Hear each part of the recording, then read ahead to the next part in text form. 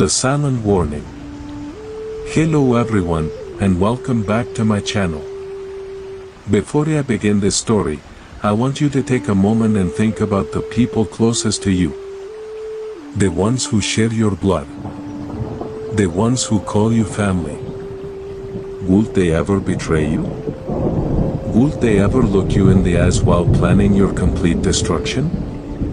I'm about to share a nightmare that unfolded in my own home, orchestrated by the very person I raised from infancy. My name is Charles Manning. I am 68 years old, a retired architect, and I live in a quiet suburb outside of Portland, Oregon. Now, before we dive into this story, I need you to understand something important. This isn't just a tale of betrayal. This is a cautionary warning for every parent out there who trusts their children implicitly. This is about how greed can poison even the strongest family bonds. If you're new here, hit that subscribe button. We share real stories of survival and triumph against all odds.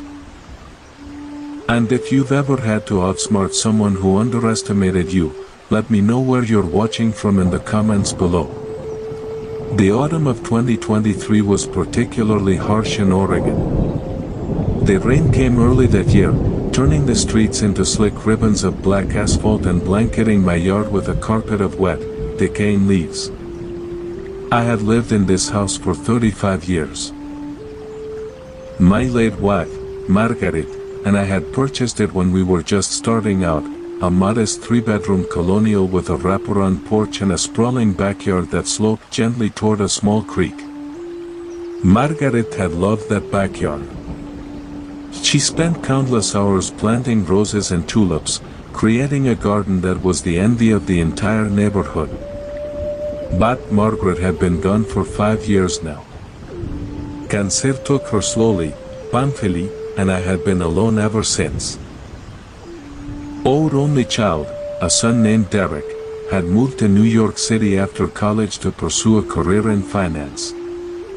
He visited twice a year, Christmas and Mother's Day, bringing his ambitious wife, Vanessa, and their 2 children. They were always in a hurry, always checking their phones, always talking about their next big deal. He loved them, of course. They were my family. But I couldn't shake the feeling that I was becoming an obligation rather than a cherished father. It was a cold Tuesday afternoon when I drove my old Ford pickup to the pharmacy downtown. My blood pressure medication needed refilling, and I had been putting it off for weeks. The pharmacy was a small, independent shop nestled between a bakery and a dry cleaner. The bell above the door chimed as I entered, shaking off the damp autumn chill. He was immediately struck by the sight of an elderly woman standing at the counter. She was thin, almost painfully so, with white hair pulled back in a messy bun and a threadbare coat that hung loosely on her fragile shoulders. She was fumbling with a worn leather wallet, her hands trembling violently as she counted out loose change. The pharmacist, a young man with kind eyes and a name tag that read David, was shaking his head apologetically. "I'm sorry, Ms. Patterson," he said softly. "The medication is $64. You're short by 22. The old woman's face crumpled. He could see tears welling in her eyes, and she began searching through her coat pockets desperately, pulling out crumpled receipts and old tissues. He knew that feeling. He had felt it myself after Margaret died, that terrifying vulnerability when the world suddenly becomes too expensive and you're too old to earn enough to keep up. He stepped forward without thinking, pulling a $100 bill from my wallet and placing it on the counter. "Put her medication on my tab," I said firmly. "And keep the change." The pharmacist looked surprised, but he nodded and began bagging the prescription. The old woman turned slowly to face me, and I was struck by her eyes. They were pale blue, almost gray, and they held a depth of emotion that made my breath catch. She stared at me for a long moment, her expression unreadable. Then she reached out and grabbed my forearm with a strength that was shocking for someone so frail. Her fingers dug into my jacket with surprising force, and I could feel the tremor in her grip. She pulled me close, her face inches from mine, and I caught the smell of mothballs and old paper. Her breath was warm and slightly wheezy, her lips cracked and dry. "After your son leaves," she whispered, her voice barely audible above the hum of the fluorescent lights, "do not rake the leaves in your garden." He froze. He stared at her, my mind racing. How did she know I had a son? How did she know anything about my garden? He had never seen this woman before in my entire life. Our town was small, but it wasn't that small.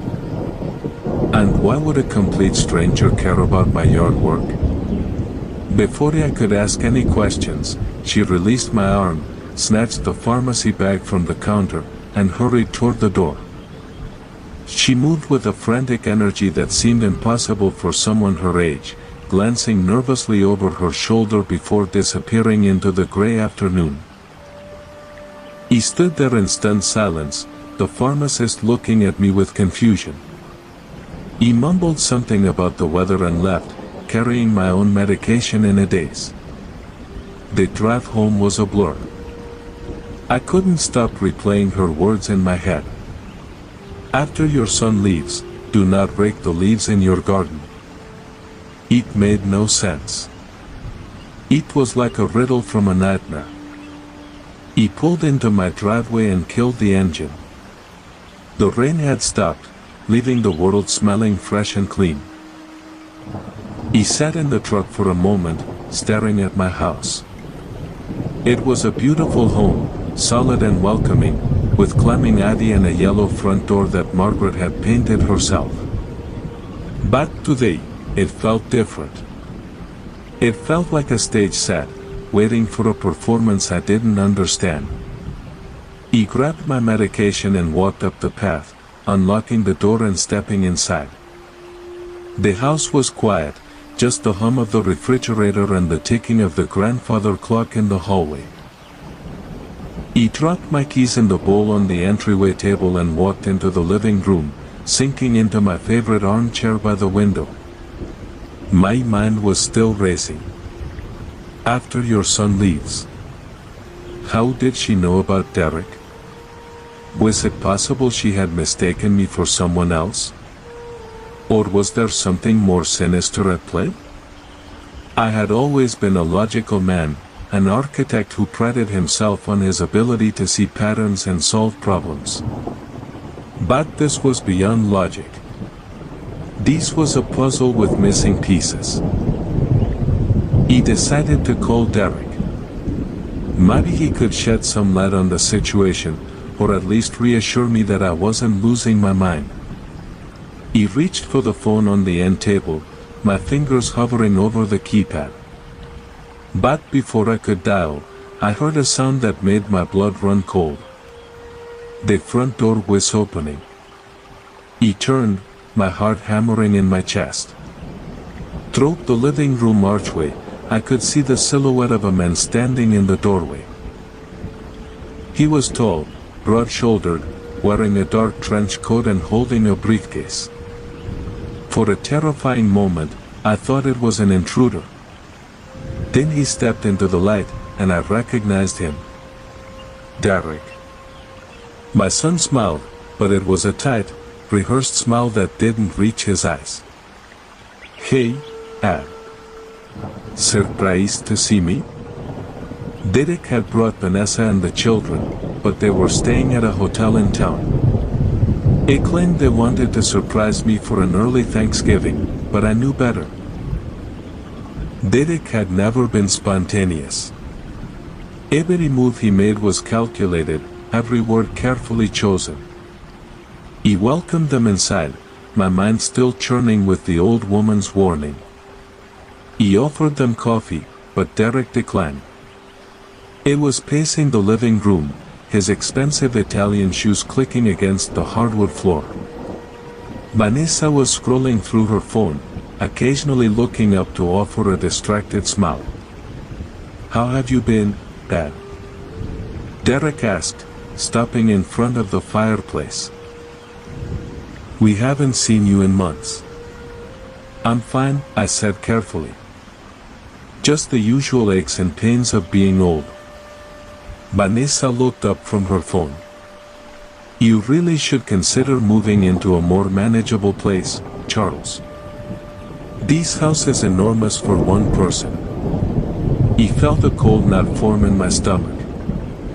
"I've been managing just fine." "Have you?" Derek asked, his tone dripping with false concern. "We've been worried about you, Dad. The stairs, the yard work, the isolation. It's not safe for you to be alone like this." "I'm not alone. I have neighbors, friends. I'm perfectly capable of taking care of myself." Derek and Vanessa exchanged a glance. It was a glance I had seen before, a silent communication that spoke volumes. They had discussed this. They had made plans. And I had a sinking feeling that those plans did not have my best interests at heart. The rest of the visit was strained. Derek kept bringing up the topic of assisted living, showing me brochures for a facility called Golden Pines Retirement Community. He painted it as a paradise, with golf courses, gourmet meals, and round-the-clock medical care. But I knew what it really was.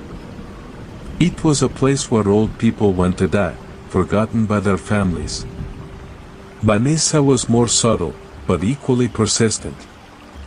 She kept mentioning how much easier my life would be if I didn't have to worry about maintaining the property. She talked about the cost of home repairs, the danger of falling on the icy driveway, the loneliness of living in such a big house by myself. I listened to them both, nodding politely, but my mind was elsewhere. I couldn't stop thinking about the old woman at the pharmacy. "After your son leaves, do not rake the leaves in your garden." What did it mean? Was she warning me about something? And why did Derek's visit feel so perfectly timed? After they left, promising to return for dinner the next day, I sat alone in the living room, staring out the window at my backyard. The leaves were everywhere, a thick carpet of brown and orange that covered the grass completely. I usually rake them every weekend, but this year I had been lazy. The rain had made the job unpleasant, and I had been putting it off. But now, the old woman's warning echoed in my mind. Do not rake the leaves. I decided to ignore the advice. It was ridiculous, after all. What harm could raking leaves possibly do? I grabbed my heavy-duty rake from the garage and walked out into the backyard.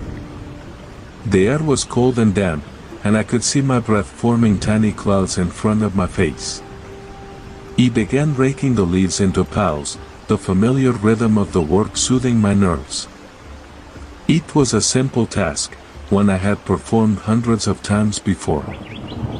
But as I worked, I noticed something strange.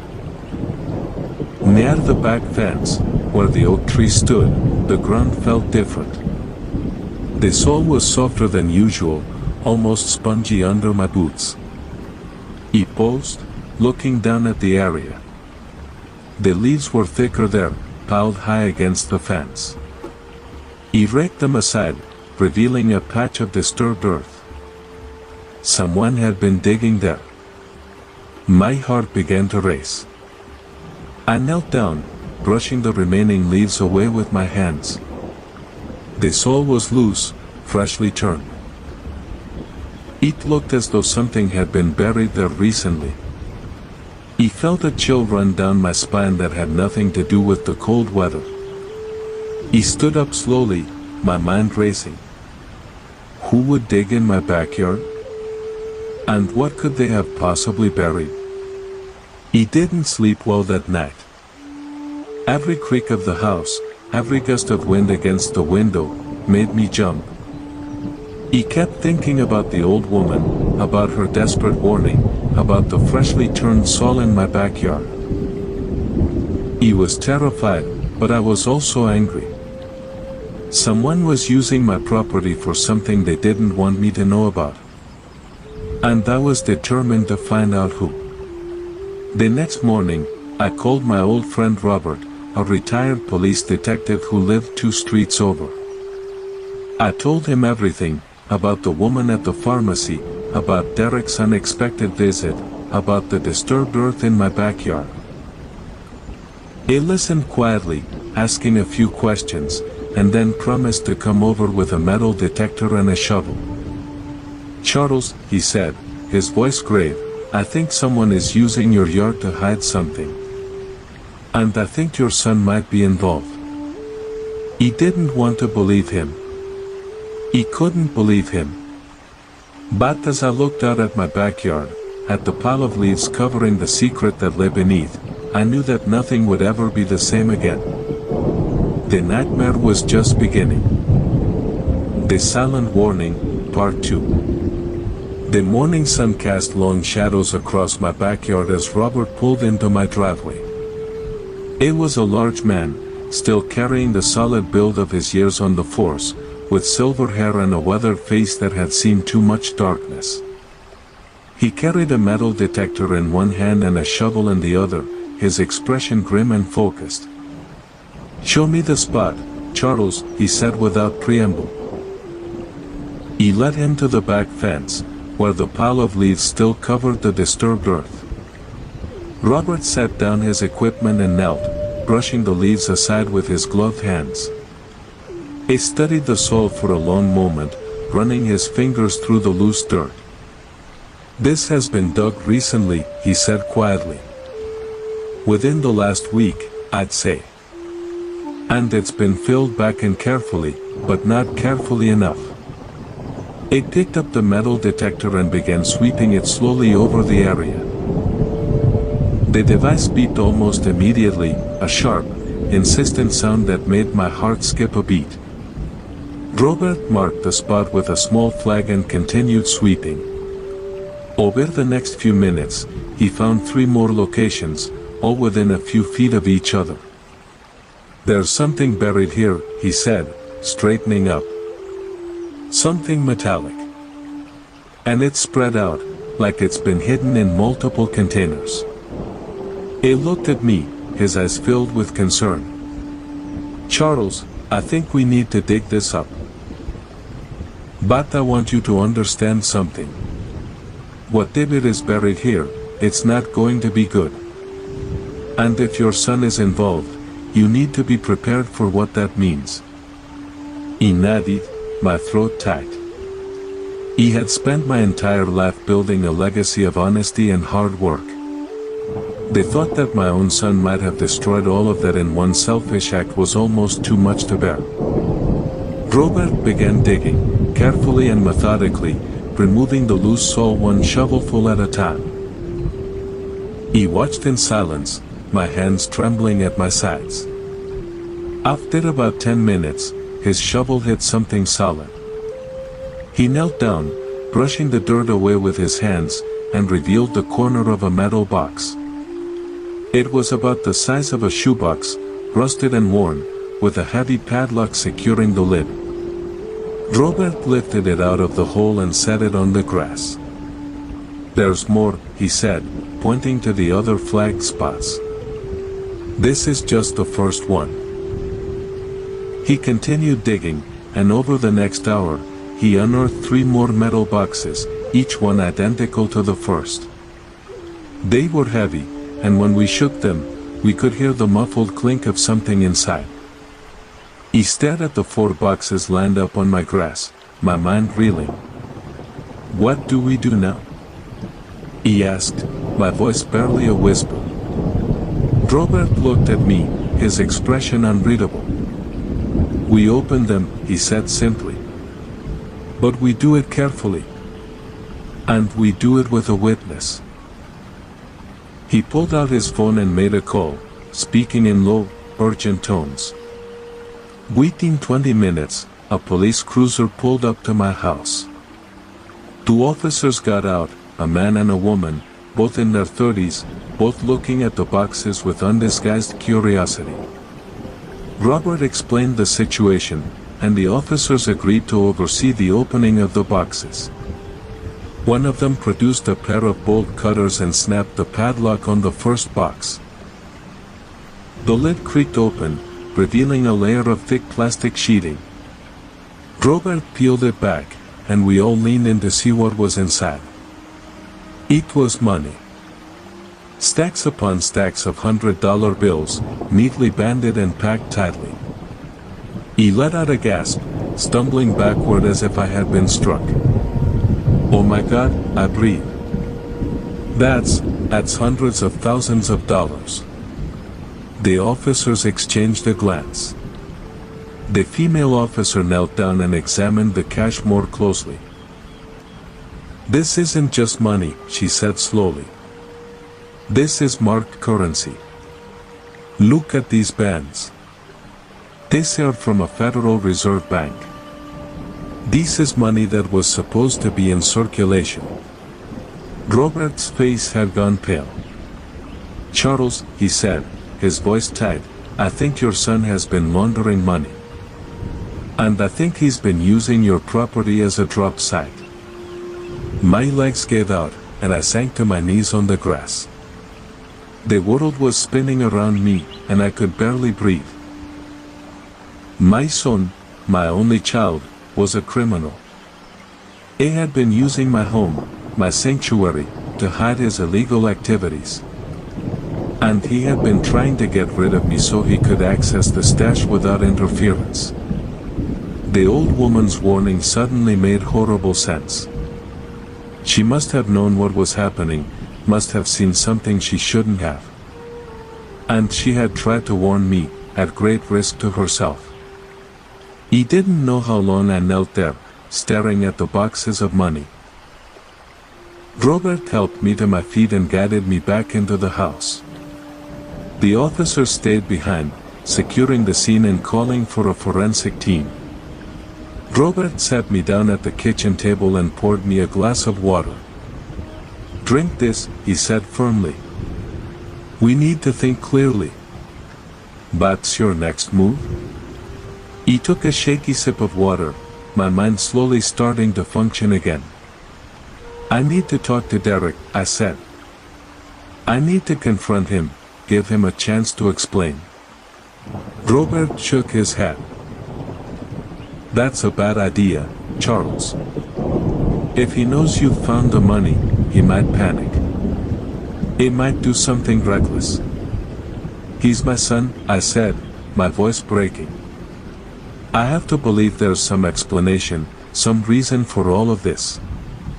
He can't just give up on him."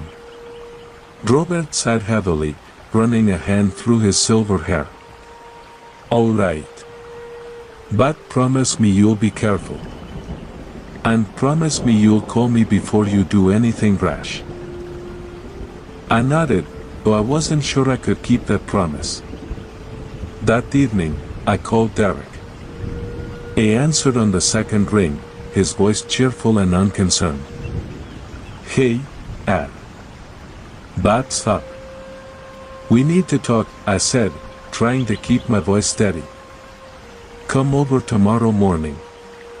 "Alone." There was a pause on the other end of the line. I could hear the gears turning in his head, trying to figure out if I knew something. "Sure, Dad," he said finally. "I'll be there at 9. He hung up without saying goodbye. He barely slept that night. I lay in bed, staring at the ceiling, replaying every moment of Derek's life.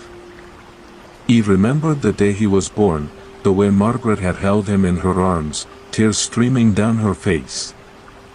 I remembered teaching him to ride a bike, helping him with his homework, attending his graduation. He remembered the pride I had felt when he got his first job, the joy when he married Vanessa, the love I had for my grandchildren. And now all of that was tainted, poisoned by the discovery of those boxes in my backyard. How could he have done this? How could he have risked everything, sacrificed everything, for money? He didn't have any answers, only questions that burned in my mind like acid. The next morning, Derek arrived promptly at 9. He was dressed in a tailored suit, his hair perfectly styled, his smile confident and unreadable. "Good morning, Dad," he said, stepping through the front door. "What's so urgent?" I led him into the living room and gestured for him to sit. He took a seat on the couch, crossing his legs casually. He remained standing, my arms crossed over my chest. "He found the boxes," I said bluntly. "The money buried in the backyard." Derek's smile faltered for just a fraction of a second before snapping back into place. "I don't know what you're talking about," he said smoothly. "Don't lie to me, Derek," I said, my voice rising. "The police came. They opened the boxes.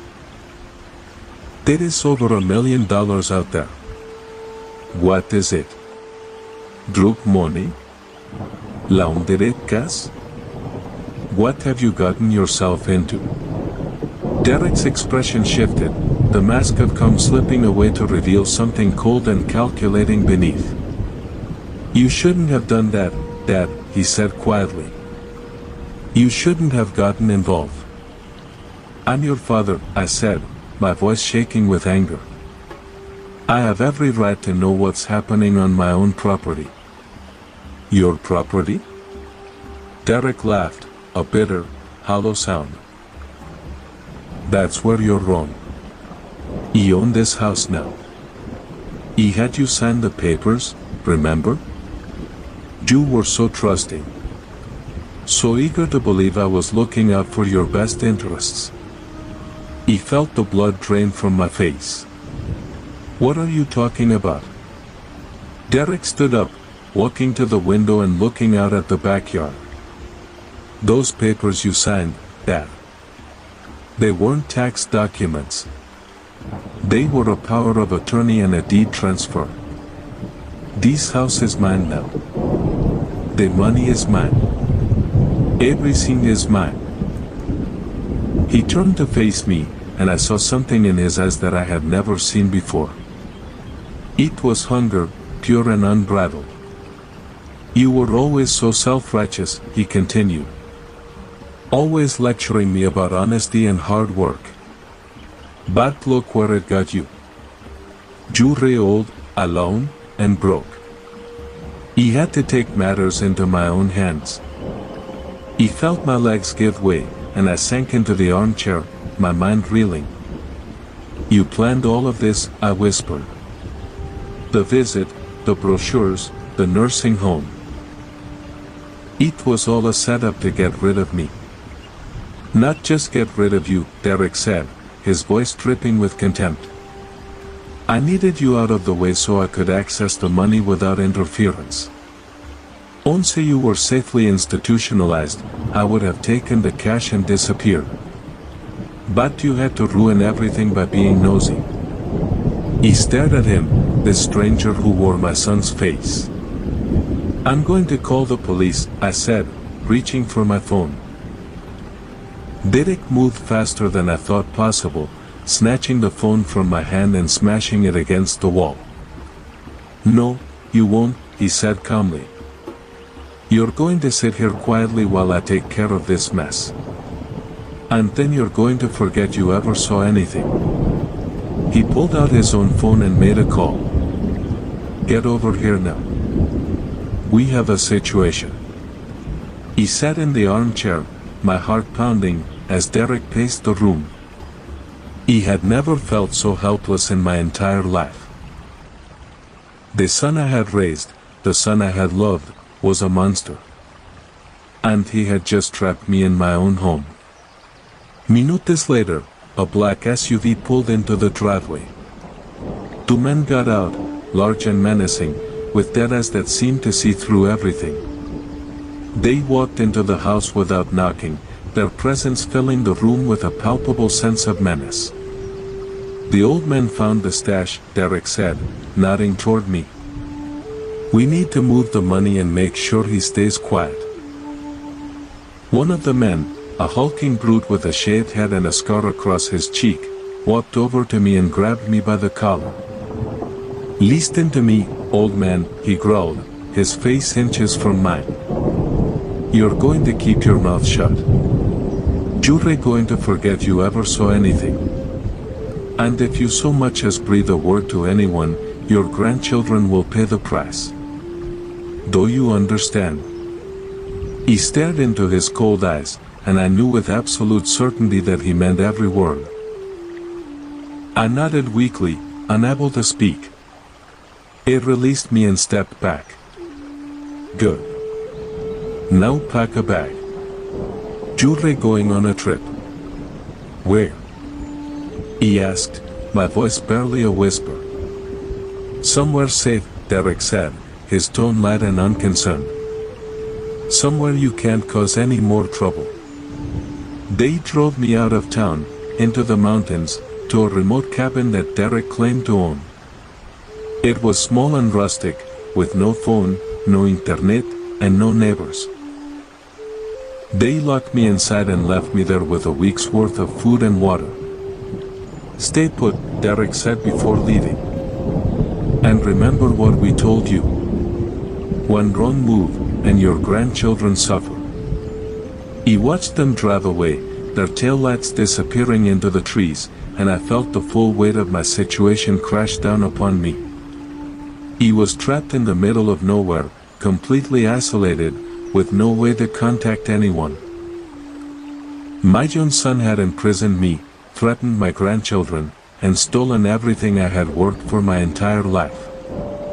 I sat on the cabin's creaky porch, staring out at the endless expanse of trees, and I wept. He wept for the life I had lost, for the son I had raised, for the future that had been stolen from me.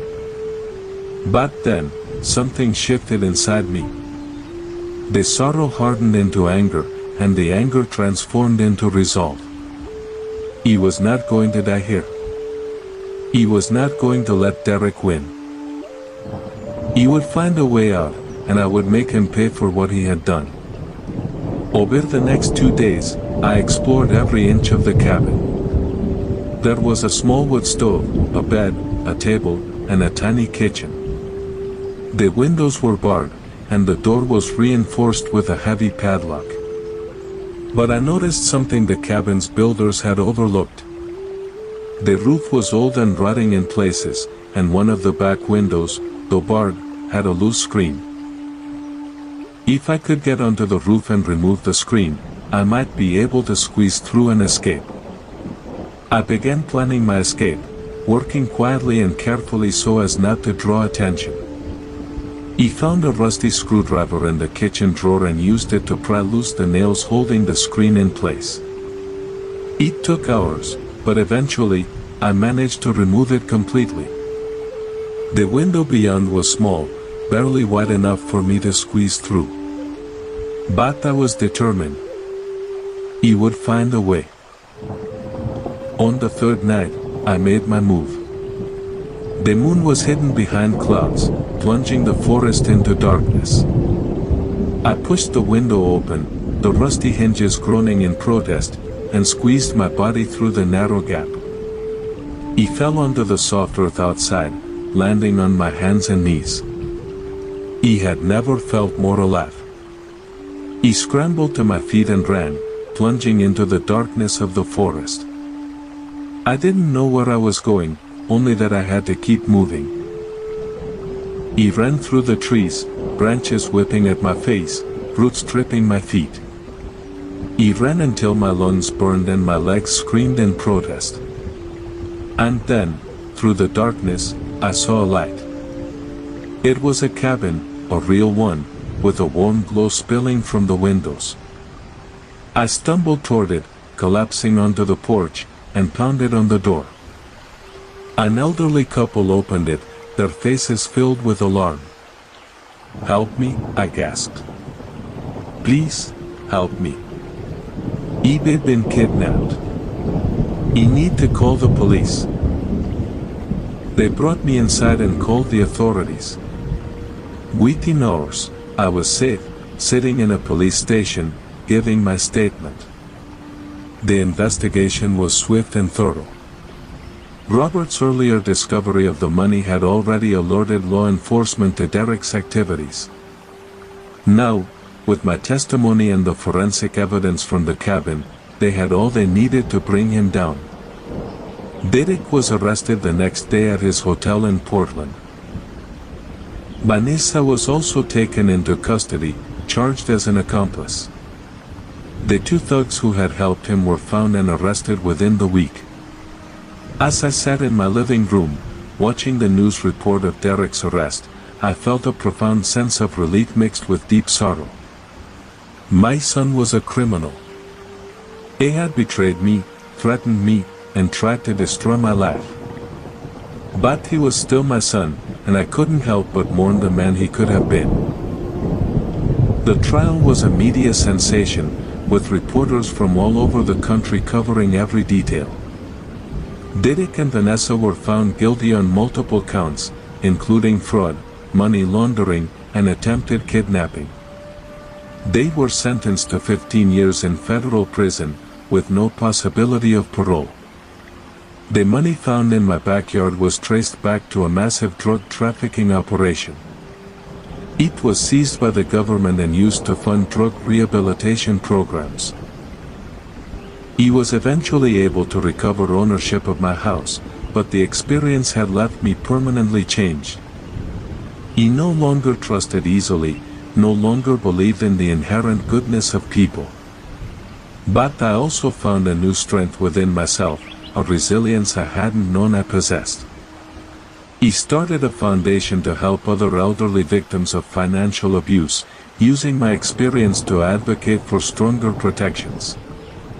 I spoke at conferences, wrote articles, and became a voice for the voiceless. And I never forgot the old woman at the pharmacy. He later learned that her name was Evelyn Patterson. She had been a witness to Derek's criminal activities, a neighbor who had seen the men digging in my yard and had been threatened by them. She had tried to warn me, risking her own safety to save a stranger. He visited her in the hospital, where she was recovering from a heart attack exacerbated by the stress of the ordeal. He thanked her, and I promised to make sure she was never alone again. We became friends, sharing meals and stories, finding solace in each other's company. In her, I found a kindred spirit, someone who understood the weight of betrayal and the healing power of connection. The years passed, and I learned to live with the scars of my past. He still loved my son, in a way, but I had accepted that the man I had raised was gone, replaced by someone I didn't recognize. He visited him in prison once, hoping to find some spark of redemption. But he was cold and distant, blaming me for his downfall. He left that day with a heavy heart, knowing that some bridges can never be rebuilt. But I also found joy in the small things. The laughter of my grandchildren, the warmth of a good book, the peace of a quiet evening on my porch.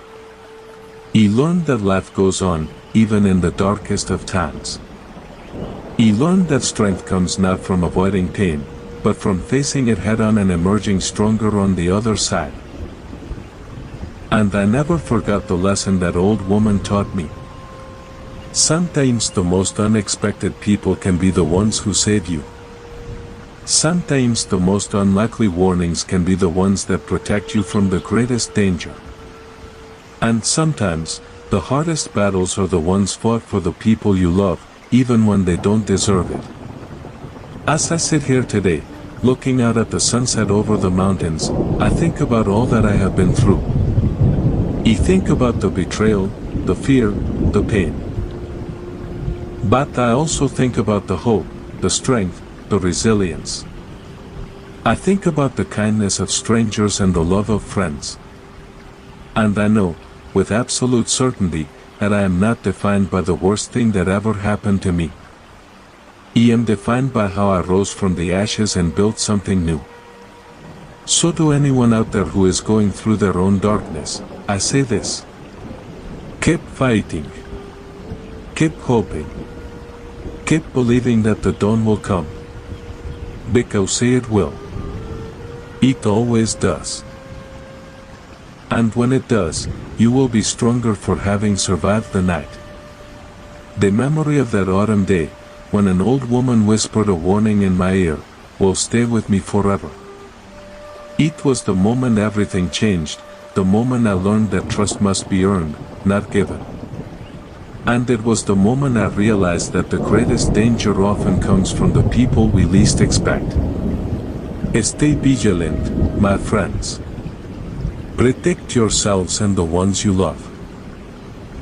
And never underestimate the power of a simple warning, no matter how strange or unlikely it may seem. Because sometimes, the voice of a stranger can be the voice of salvation. I am Charles Manning, and I survived. The sun dips below the horizon, painting the sky in shades of orange and pink.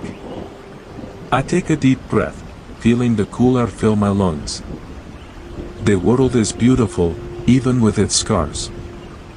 And I am grateful, so deeply grateful, for every single moment. The morning after Derek's arrest, I woke up in my own bed for the first time in what felt like an eternity. The sun was streaming through the curtains, casting warm golden light across the familiar walls of my bedroom. For a moment, everything felt normal. Then the memories came flooding back, the cabin, the escape, the arrest, and I was reminded that my life would never be the same again.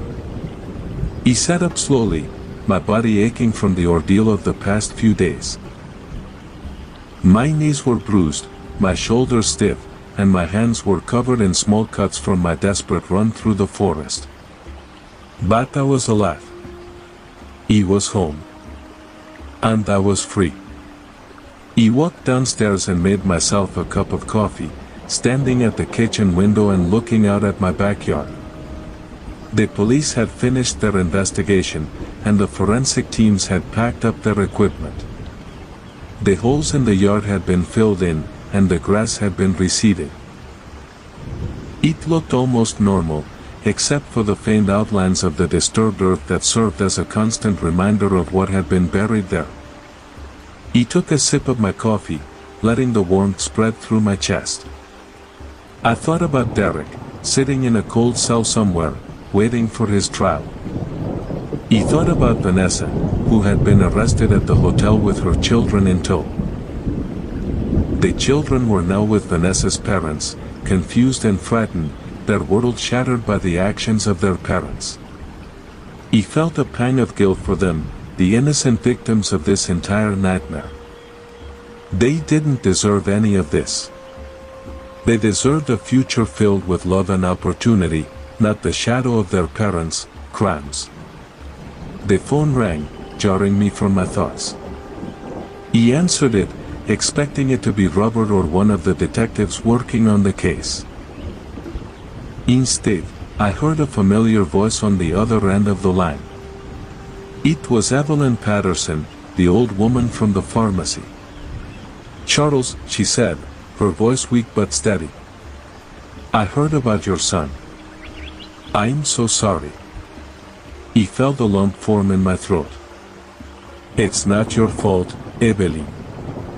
If anything, I should be thanking you. You tried to warn me." There was a pause on the other end of the line. "There's something I need to tell you," she said quietly. "Something I should have told you the day we met. Can you come to the hospital today?" He agreed without hesitation.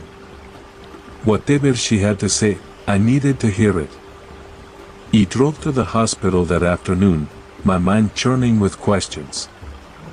Evelyn was sitting up in her bed, looking much better than she had a few days ago. Her color had returned, and her eyes were bright and alert. She smiled when I walked in, gesturing for me to sit in the chair beside her bed. Thank you for coming, she said. I know this is a difficult time for you. I shook my head. You saved my life, Evelyn. The least I can do is listen to what you have to say. She took a deep breath, her frail hands clutching the bed sheets. I knew your son, she said slowly. Not personally, but I knew what he was doing. He lived in the house behind yours. My backyard borders your property. About a month ago, I started seeing men coming and going at odd hours. They would park on the street, walk through the woods, and disappear into your yard. He knew something was wrong, but I was too scared to do anything about it. She paused, her eyes filling with tears. Then one night, I saw your son. It was with 2 other men, and they were digging. He watched them bury those boxes. I knew it was illegal, but I didn't know what to do. He was afraid they would hurt me if I said anything. He reached out and took her hand. You did the right thing, Evelyn. You warned me. That took courage. She shook her head. I should have done more. He should have called the police. He should have, but I was so scared. You did what you could, I said firmly. And because of you, I'm alive. That's all that matters. We talked for a while longer, sharing stories of our lives, our families, our losses. He told her about Margaret, about the years we had spent together, the love we had shared.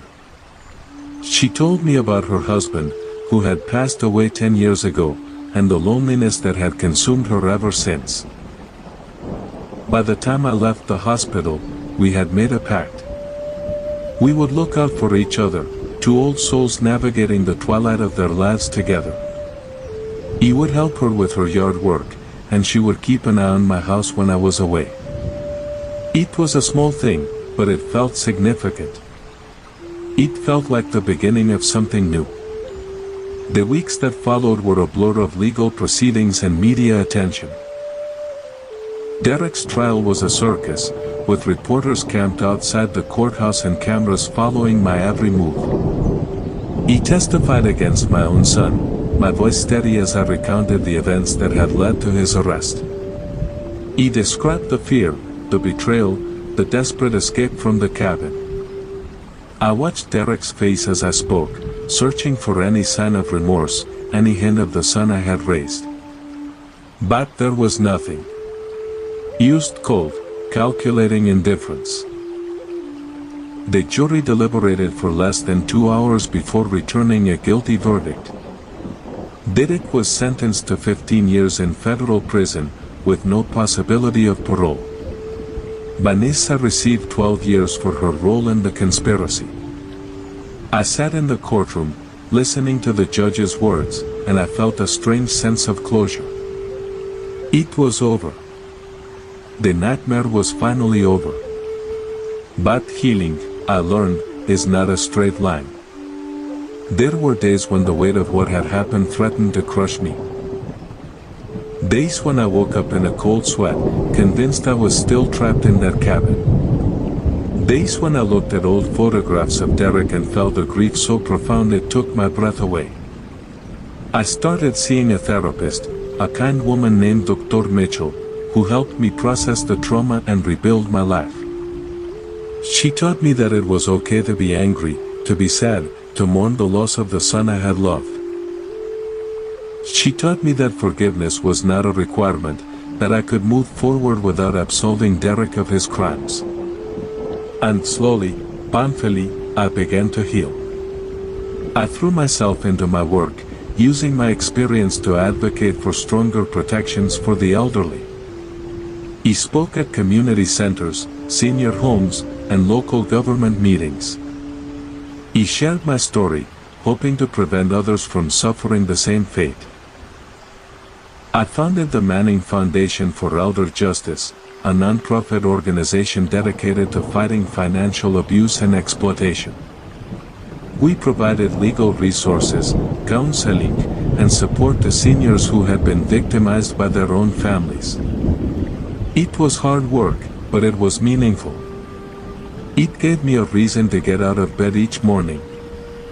Evelyn became a volunteer for the foundation, using her own experience to help others. We grew closer over the months, sharing meals, attending events, and supporting each other through the ups and downs. She was a constant presence in my life, a reminder that even in the darkest times, there is light to be found. 2 years after Derek's arrest, I received a letter from him. It was written on prison stationery, the handwriting shaky and uncertain.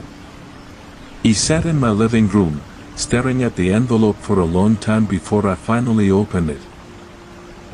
The letter was brief, just a few paragraphs.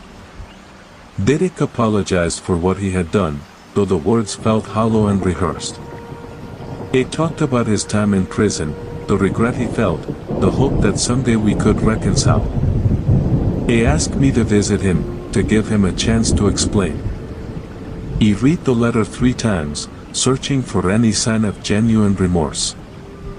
But all I saw was a man trying to manipulate his way out of his circumstances. He put the letter in a drawer and never responded. Some wounds are too deep to heal. Some betrayals are too great to forgive. He had moved on with my life, and I had no intention of looking back. Evelyn and I continued our work with the foundation, building a legacy of hope and resilience. We celebrated victories, mourned losses, and supported each other through the inevitable challenges of aging. She became the sister I never had, a source of strength and comfort in a world that had often been unkind. And when she passed away peacefully in her sleep 5 years later, I mourned her deeply. But I also celebrated her life, the courage she had shown, the kindness she had shared. I established a scholarship in her name, providing financial assistance to seniors in need. It was my way of honoring her legacy, of ensuring that her spirit would live on.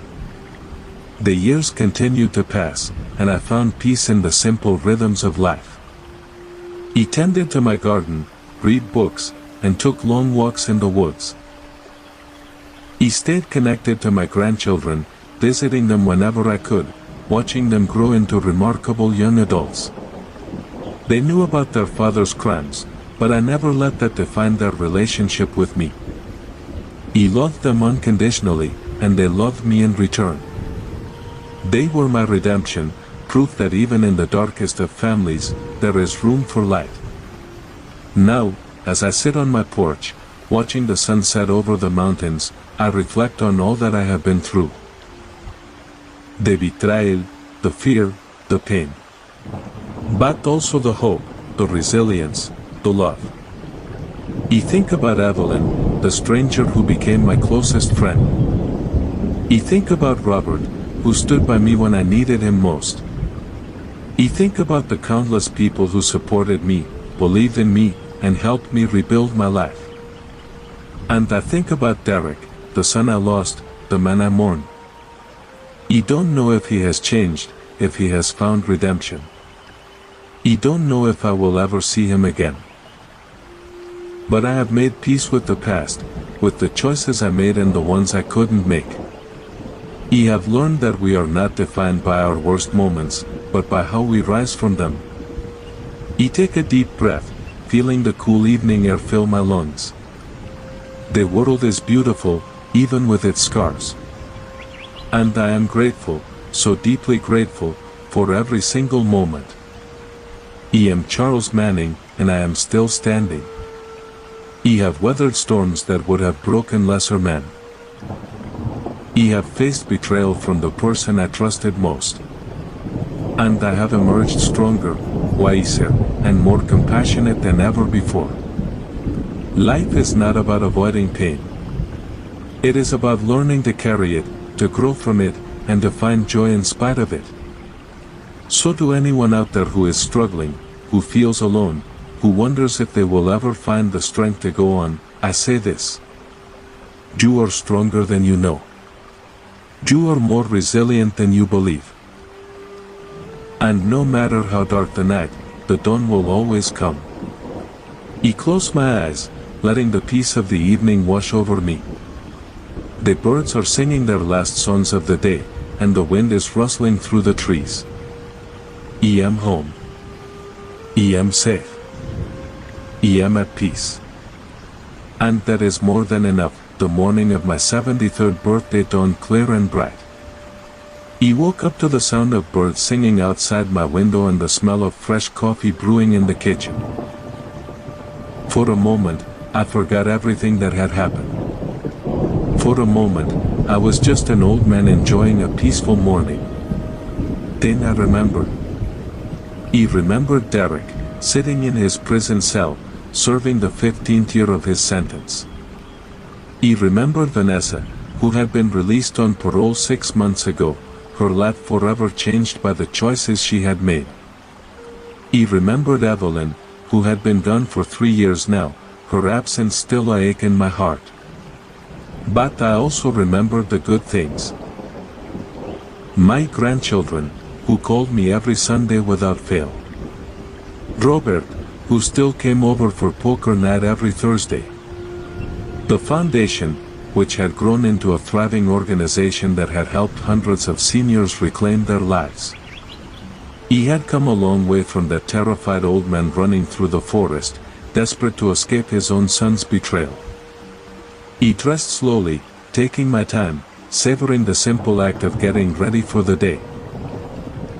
I had a meeting with the foundation's board of directors at 10, followed by lunch with Robert at our favorite diner. It was a full day, but it was a good day. It was a day I had earned. As I walked into the kitchen, I noticed a letter sitting on the counter. It was from Derek. He had received letters from him before, always carefully worded, always asking for forgiveness. He had never responded, never felt ready to reopen that wound. But today, on my birthday, I decided to read it. He sat down at the kitchen table and opened the envelope. The letter was longer than usual, written in Derek's careful handwriting. Dear Dad, I know you probably won't read this. I know you have every right to hate me, to never want to see me again. But I need you to understand something. I have spent the past 15 years thinking about what I did to you. I have relived every moment of that night, every word I said, every choice I made. And I have come to realize that I was not just a criminal. I was a coward. I was so afraid of failure, of being seen as weak, that I destroyed the only person who ever truly loved me. I don't expect your forgiveness. I don't deserve it. But I want you to know that I am not the same man who locked you in that cabin. Prison has a way of stripping away the illusions, of forcing you to confront who you really are. And who I really am is someone who made terrible choices and hurt the people he loved. I am being released next month. I have nowhere to go, no one to turn to. But I have a job lined up at a halfway house, a chance to start over. I don't ask for anything from you.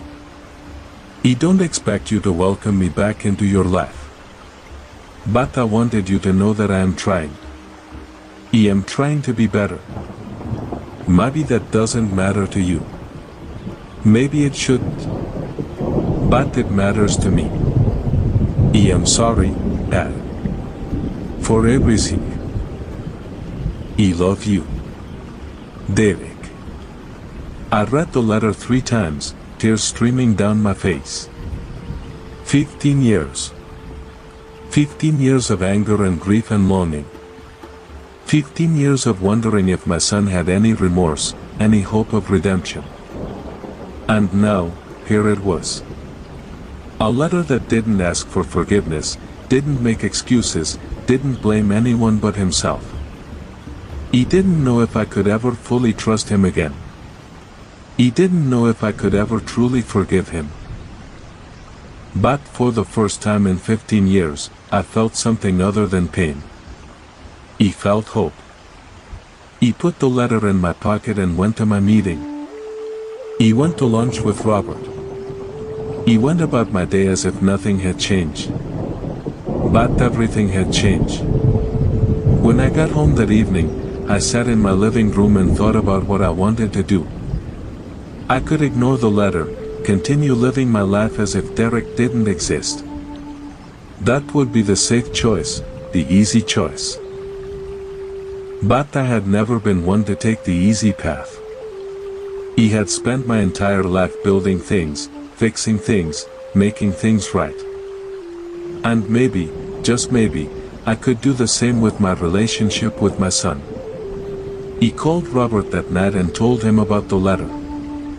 He listened quietly, his silence filled with understanding. "What are you going to do?" he asked when I finished. He took a deep breath. "I'm going to see him. I'm going to give him a chance." There was a pause on the other end of the line.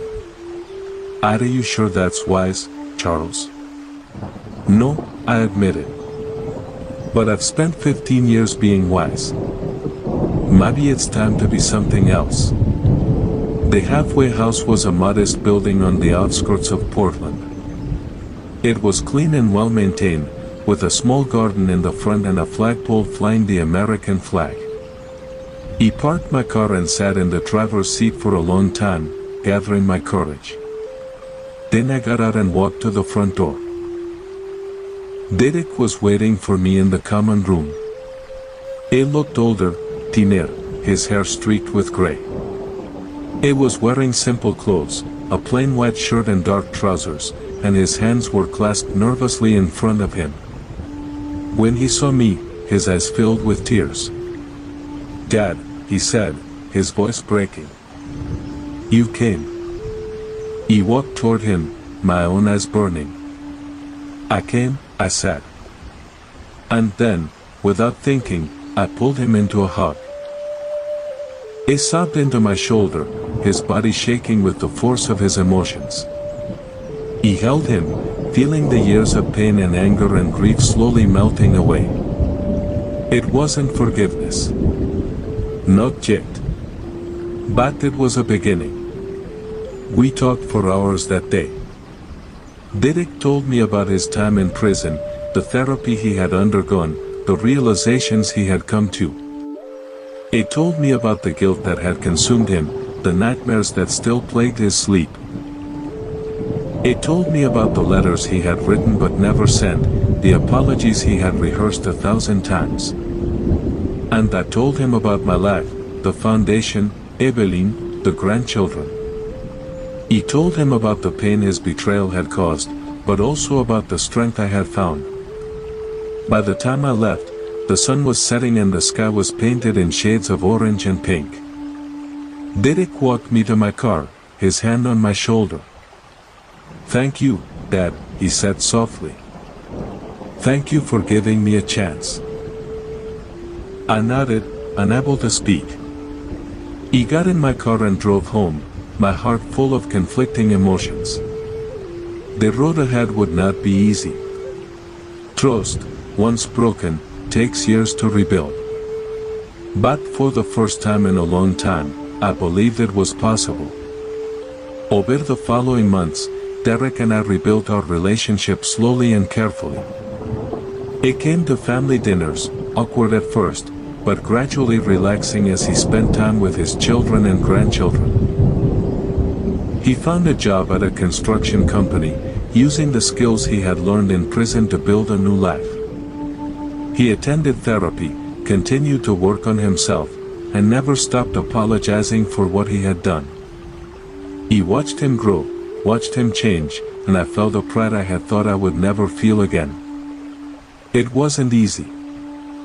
There were moments when the old anger resurfaced, when I remembered the fear and betrayal and wanted to push him away. But I learned to let those moments pass, to focus on the person he was becoming rather than the person he had been. The foundation continued to grow, expanding its reach to help seniors all over the country. I stepped back from day-to-day operations, handing the reins to a capable team of young professionals. But I remained involved as a consultant, sharing my story and my expertise whenever I was needed. And I never forgot the lesson I had learned from Evelyn. Sometimes the most unexpected people can be the ones who save you. Sometimes the most unlikely warnings can be the ones that protect you from the greatest danger. And sometimes, the hardest battles are the ones fought for the people you love, even when they don't deserve it. On the 5th anniversary of Derek's release, he came to my house for dinner. He brought his children, now teenagers, and we spent the evening laughing and sharing stories. At the end of the night, Derek pulled me aside. "Dad," he said, his voice thick with emotion. "I know I can never make up for what I did. But I want you to know that I am grateful. Every single day, I am grateful that you gave me a second chance." He looked at my son, this man who had hurt me so deeply, and I felt a sense of peace I had never thought possible. "You earned it, Derek," I said. "And I am proud of you." He sat on my porch that night, watching the stars appear in the sky. The air was cool and clean, and the world was quiet. He thought about all the twists and turns my life had taken, all the pain and joy and everything in between. He thought about Margaret, the love of my life, who had been gone for so many years. He thought about Evelyn, the stranger who became my closest friend. He thought about Derek, the son I had lost and found again. And I realized that life, for all its hardships, was a gift. A gift to be cherished, to be savored, to be lived to the fullest. He took a deep breath, feeling the peace settle over me like a warm blanket. He had been through hell and back, but I was still standing. He had faced betrayal and survived. He had lost and loved and lost again. And through it all, I had never given up. He had never stopped believing that tomorrow could be better than today. And tomorrow, I knew, would be another chance to make things right, to build something new, to find joy in the simple moments that make life worth living. He was Charles Manning, and I was at peace. And that, I realized, was the greatest victory of all. The years continued to pass, each one bringing new challenges and new blessings. Derek became a grandfather himself, his children growing up and starting families of their own. He stayed close to me, visiting every weekend, making up for lost time. The foundation flourished, expanding its reach to help seniors all over the country. He received awards and recognition for my advocacy work, but the greatest reward was knowing that I had made a difference in the lives of others. He had taken my darkest moment and turned it into something good, something that would outlast me. Now, as I sit on my porch, watching the sunset over the mountains, I reflect on all that I have been through. The betrayal, the fear, the pain. But also the hope, the resilience, the love. I think about Evelyn, who taught me that courage comes in many forms. I think about Robert, who stood by me when I needed him most. I think about the countless people who supported me, believed in me, and helped me rebuild my life. And I think about Derek, the son I lost and found again, the man who proved that redemption is possible, even in the darkest of times. I take a deep breath, feeling the cool evening air fill my lungs. The world is beautiful, even with its scars. And I am grateful, so deeply grateful, for every single moment. I am Charles Manning, and my story is not yet over. There are still chapters to be written, still moments to be lived, still love to be shared. And I will face them all with the same courage, the same resilience, the same hope that has carried me through the darkest of nights. Because I have learned that life, for all its hardships, is a gift. A gift to be cherished, to be savored, to be lived to the fullest. The stars are beginning to appear, scattered across the darkening sky like diamonds on velvet. I closed my eyes and let the peace of the evening wash over me. The birds are singing their last songs of the day, and the wind is rustling through the trees. I am home. I am safe. I am at peace. And that is more than enough. The summer of my 78th year brought with it a heatwave that blanketed Oregon in an unrelenting haze.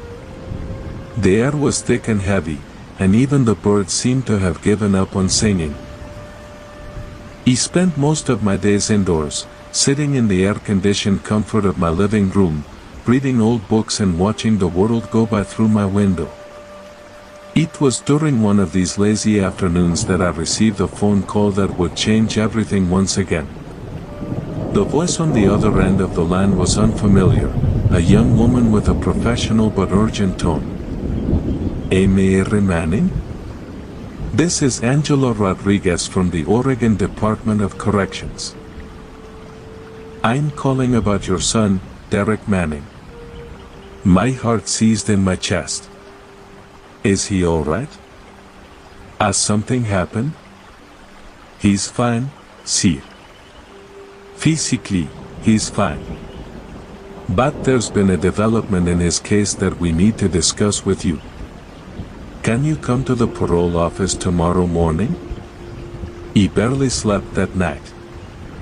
My mind raced with possibilities, each one more terrifying than the last. Had Derek done something wrong? Had he violated the terms of his release? Was he going back to prison? The thought was almost too much to bear. We had worked so hard to rebuild our relationship, to find a new normal. The thought of losing him again, of having that fragile trust shattered, was a weight I couldn't bear. I arrived at the parole office the next morning, my hands trembling slightly as I signed in at the front desk. Angela Rodriguez was a kind-faced woman in her 30s, with warm brown eyes and a calm, reassuring demeanor. She led me into a small conference room and offered me a cup of coffee, which I accepted gratefully. Thank you for coming, Mr. Manning, she said, sitting across from me. I know this must be difficult. But there's something you need to know. She paused, gathering her thoughts. We've received information from the federal government about a new investigation. It seems that the syndicate your son was involved with had a much larger operation than we initially realized. And there's evidence that suggests there may be more buried on your property. I felt the blood drain from my face. More. More what? More money, more evidence. The syndicate was using multiple properties as drop sites. Jude Home was one of several. We believe there may be additional caches hidden on your land. I sat back in my chair, my mind reeling. I had thought the nightmare was over. I had thought I had buried the past along with those boxes in my backyard. But now, it seemed, the past was clawing its way back to the surface. What does this mean for Derek? I asked, my voice barely a whisper. He's not in any trouble, if that's what you're asking. He cooperated fully with the investigation, and his testimony has been invaluable. But we need to search your property again, and we wanted to give you a heads up. He nodded slowly, processing the information. When will this happen? Tomorrow morning. We have a team out there at dawn. I'm sorry for the short notice, but we need to move quickly. There's been chatter in the syndicate's network that they might try to retrieve the assets before we do. He left the parole office in a daze. The world outside seemed surreal, the bright sunshine and chirping birds a stark contrast to the darkness that had just been unearthed. He drove home on autopilot, my mind consumed by the implications of what I had just learned. The search team arrived at dawn the next day, just as promised. There were a dozen of them, forensic experts and law enforcement officers, all carrying specialized equipment. They moved through my property with methodical precision, scanning the ground with metal detectors and ground-penetrating radar. I watched from my porch, a cup of cold coffee forgotten in my hand. I thought about Margaret, about the life we had built together in this house. I thought about all the happy memories, the birthday parties, the family dinners, the quiet evenings spent watching the sunset. And I thought about how all of that had been tainted by the greed and betrayal of my own son. The search continued for hours. The sun climbed higher in the sky, beating down with relentless intensity. I retreated inside to escape the heat, but I couldn't escape the anxiety that gnawed at my insides. Finally, around noon, there was a commotion in the backyard. I rushed outside to see what had happened. One of the forensic experts was standing over a spot near the old oak tree, his metal detector beeping insistently. It was pointing to the ground, and two other officers were already digging. I watched in silence as they unearthed another box, identical to the ones we had found 15 years ago, but this one was larger, heavier, and when they opened it, I saw that it was filled with documents and photographs. Angela Rodriguez, who had accompanied the team, walked over to me.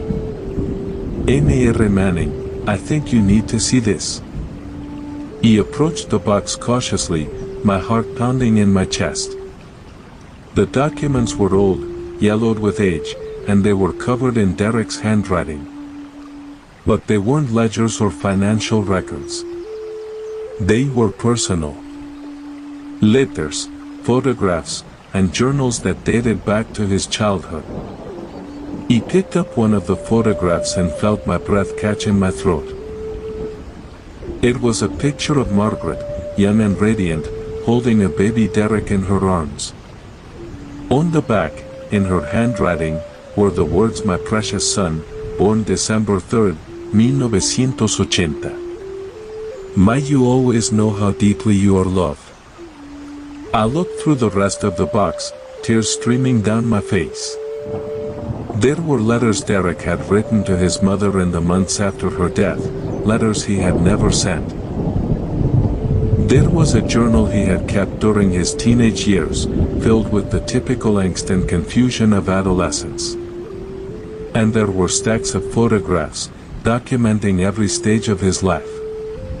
He turned to Angela, my voice shaking. Why would he bury all of this? Angela's expression was sympathetic. We believe he may have been planning to retrieve it later, after he had secured the money. Or perhaps he wanted to keep it safe from his partners. Either way, it's clear that these items were meaningful to him. He spent the rest of the day going through the box, piece by piece. Each photograph, each letter, each journal entry was a window into my son's soul, a reminder of the boy he had been before the greed and ambition had consumed him. He saw his first day of school, his graduation, his wedding. He saw the joy and the love, the hopes and the dreams. And I saw the cracks, the moments of doubt and insecurity that had been hidden beneath the surface. By the time I finished, I understood something I hadn't understood before. Derek hadn't just been motivated by greed. He had been driven by fear, fear of failure, fear of being seen as weak, fear of losing everything he had worked so hard to build. That didn't excuse what he had done, not by any means.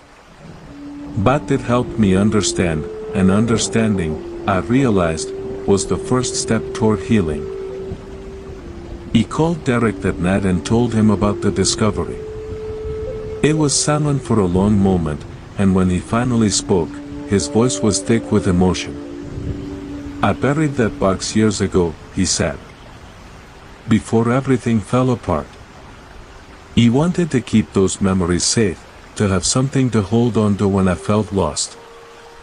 I guess I thought that as long as I had those things, a part of me would still be the person I used to be. You can have them back, I said. They're yours. There was another long pause. No, Dad. I want you to keep them. Those are the memories of a better time, a time when I was the son you deserved. I don't deserve to have them back. But you do. I felt tears welling in my eyes. Derek. I mean it, Dad. Keep them. Look at them whenever you want. Remember the good times. And maybe, someday, we can make new memories together. The months that followed were filled with small but significant moments. Derek came over every Sunday for dinner, bringing his children and grandchildren when he could. We talked about everything and nothing, sharing stories and laughter and the occasional tear. I watched him become the man I had always hoped he would be, kind and patient and full of love. And I realized that forgiveness wasn't a single moment, a grand gesture that erased all the pain. It was a process, a daily choice to let go of the past and embrace the future. One evening, as we sat on the porch watching the sunset, Derek turned to me. Dad, I know I can never make up for what I did. But I want you to know that I am grateful. Every single day, I am grateful that you gave me a second chance.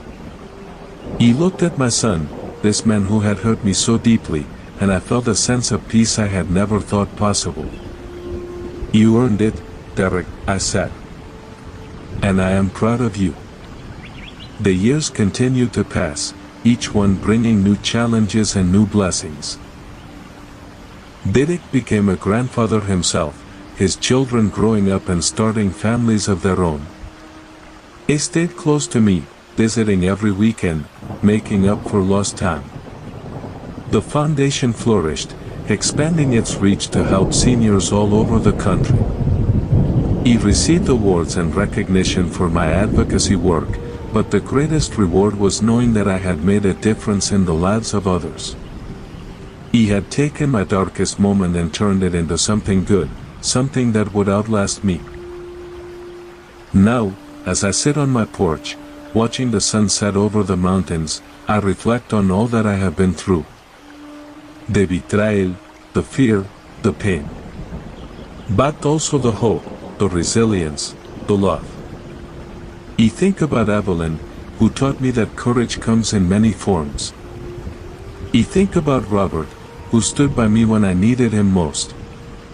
I think about the countless people who supported me, believed in me, and helped me rebuild my life. And I think about Derek, the son I lost and found again, the man who proved that redemption is possible, even in the darkest of times.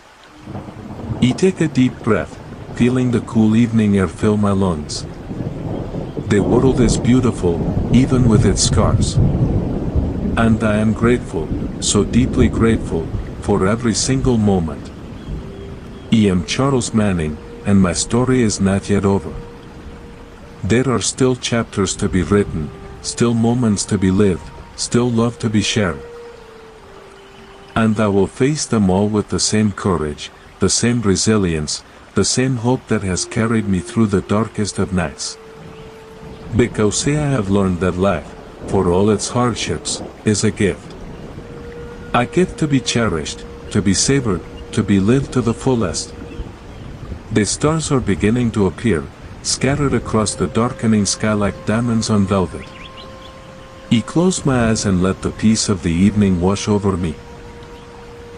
The birds are singing their last songs of the day, and the wind is rustling through the trees.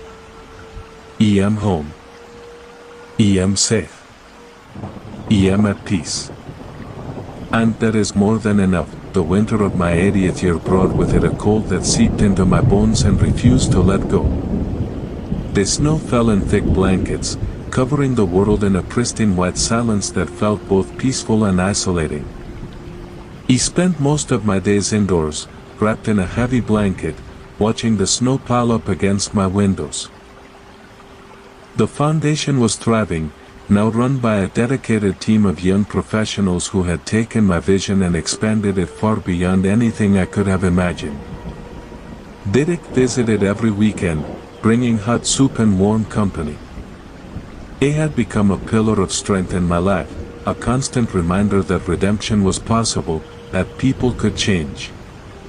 It was on one of these snowy afternoons that I received a letter that would force me to confront the past in a way I never expected.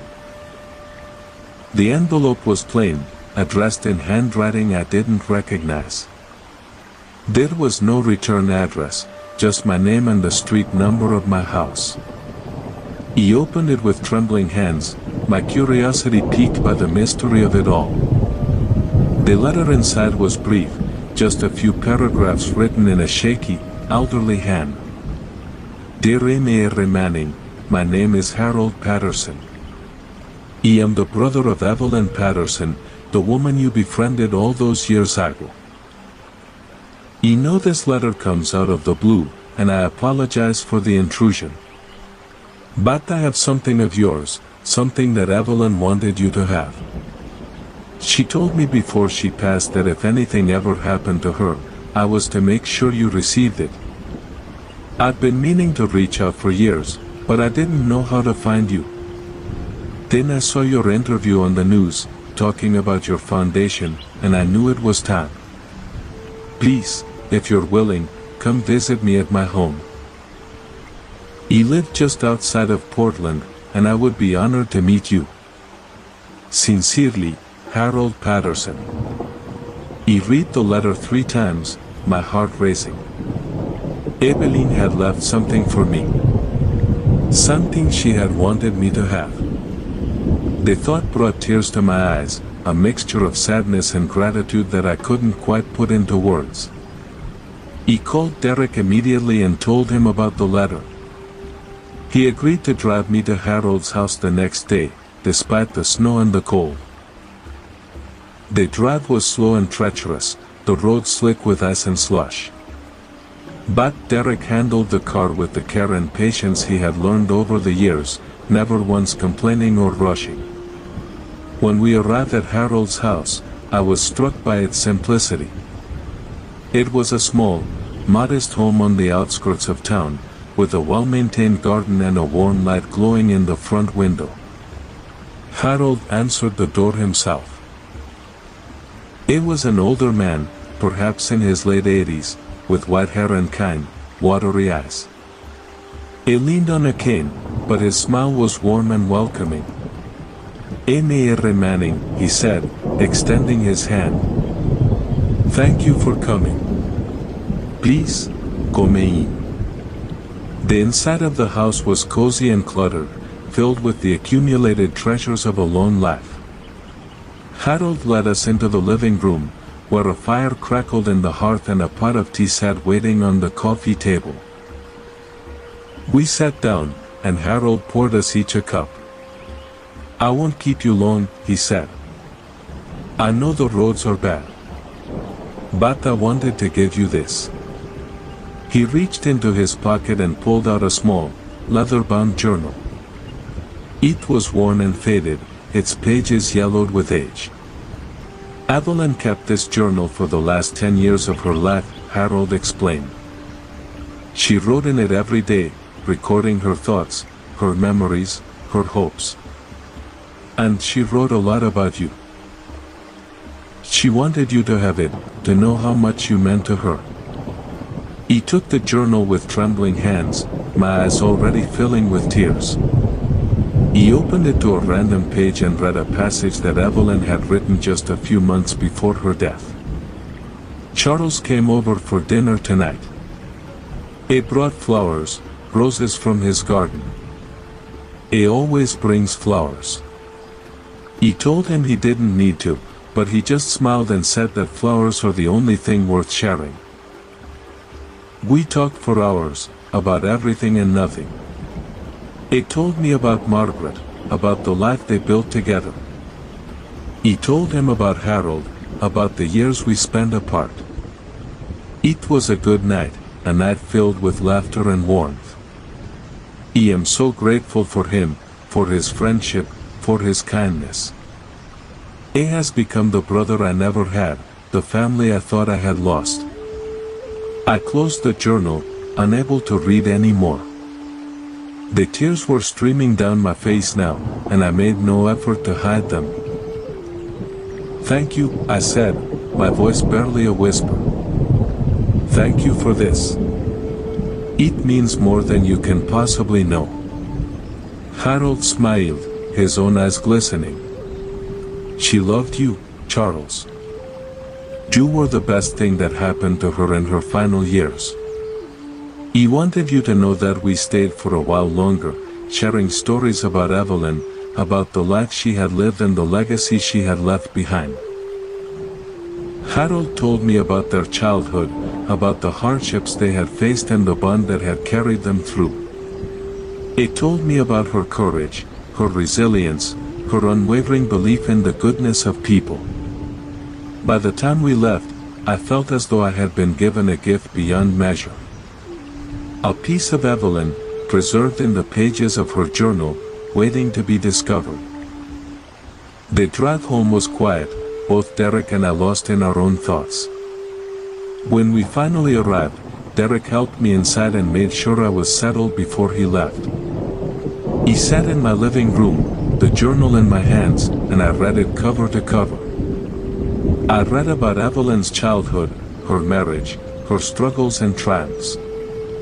He read about her fears and her hopes, her dreams and her regrets. And I read about me, about the friendship that had grown between us, about the love she had felt for me. It was a gift, a precious gift that I would treasure for the rest of my life. The weeks that followed were filled with a renewed sense of purpose. He began to visit Harold regularly, and we formed a friendship of our own, bound by our shared love for Evelyn. We would sit in his living room, drinking tea and talking about the past, finding solace in each other's company. He also began to write my own journal, recording my thoughts and memories for my grandchildren, so that they would have a piece of me to hold on to when I was gone. I thought a lot about Evelyn's message, about the power of connection and the importance of reaching out. I had been given a second chance with Derek, and I had been given a second chance with Evelyn's memory. He didn't want to waste it. He started reaching out to other people, old friends I had lost touch with, acquaintances I had never taken the time to know. He wrote letters and made phone calls, rekindling relationships I had let wither. And I found, to my surprise, that people were eager to reconnect. They had been waiting for the same thing I had, a sign that it wasn't too late. One evening, as I sat on my porch watching the snow fall, I thought about all the twists and turns my life had taken. I thought about the pain and the joy, the loss and the redemption. I thought about the people who had shaped me, who had loved me, who had betrayed me. And I realized that every single one of them had played a part in making me who I was. He was not the same man who had walked into that pharmacy all those years ago, desperate and alone. He was someone new, someone stronger, someone more grateful. He took a deep breath, feeling the cold air fill my lungs. The snow was falling gently, blanketing the world in a soft white silence. He thought about Derek, about the man he had become. I thought about Evelyn, about the legacy she had left behind.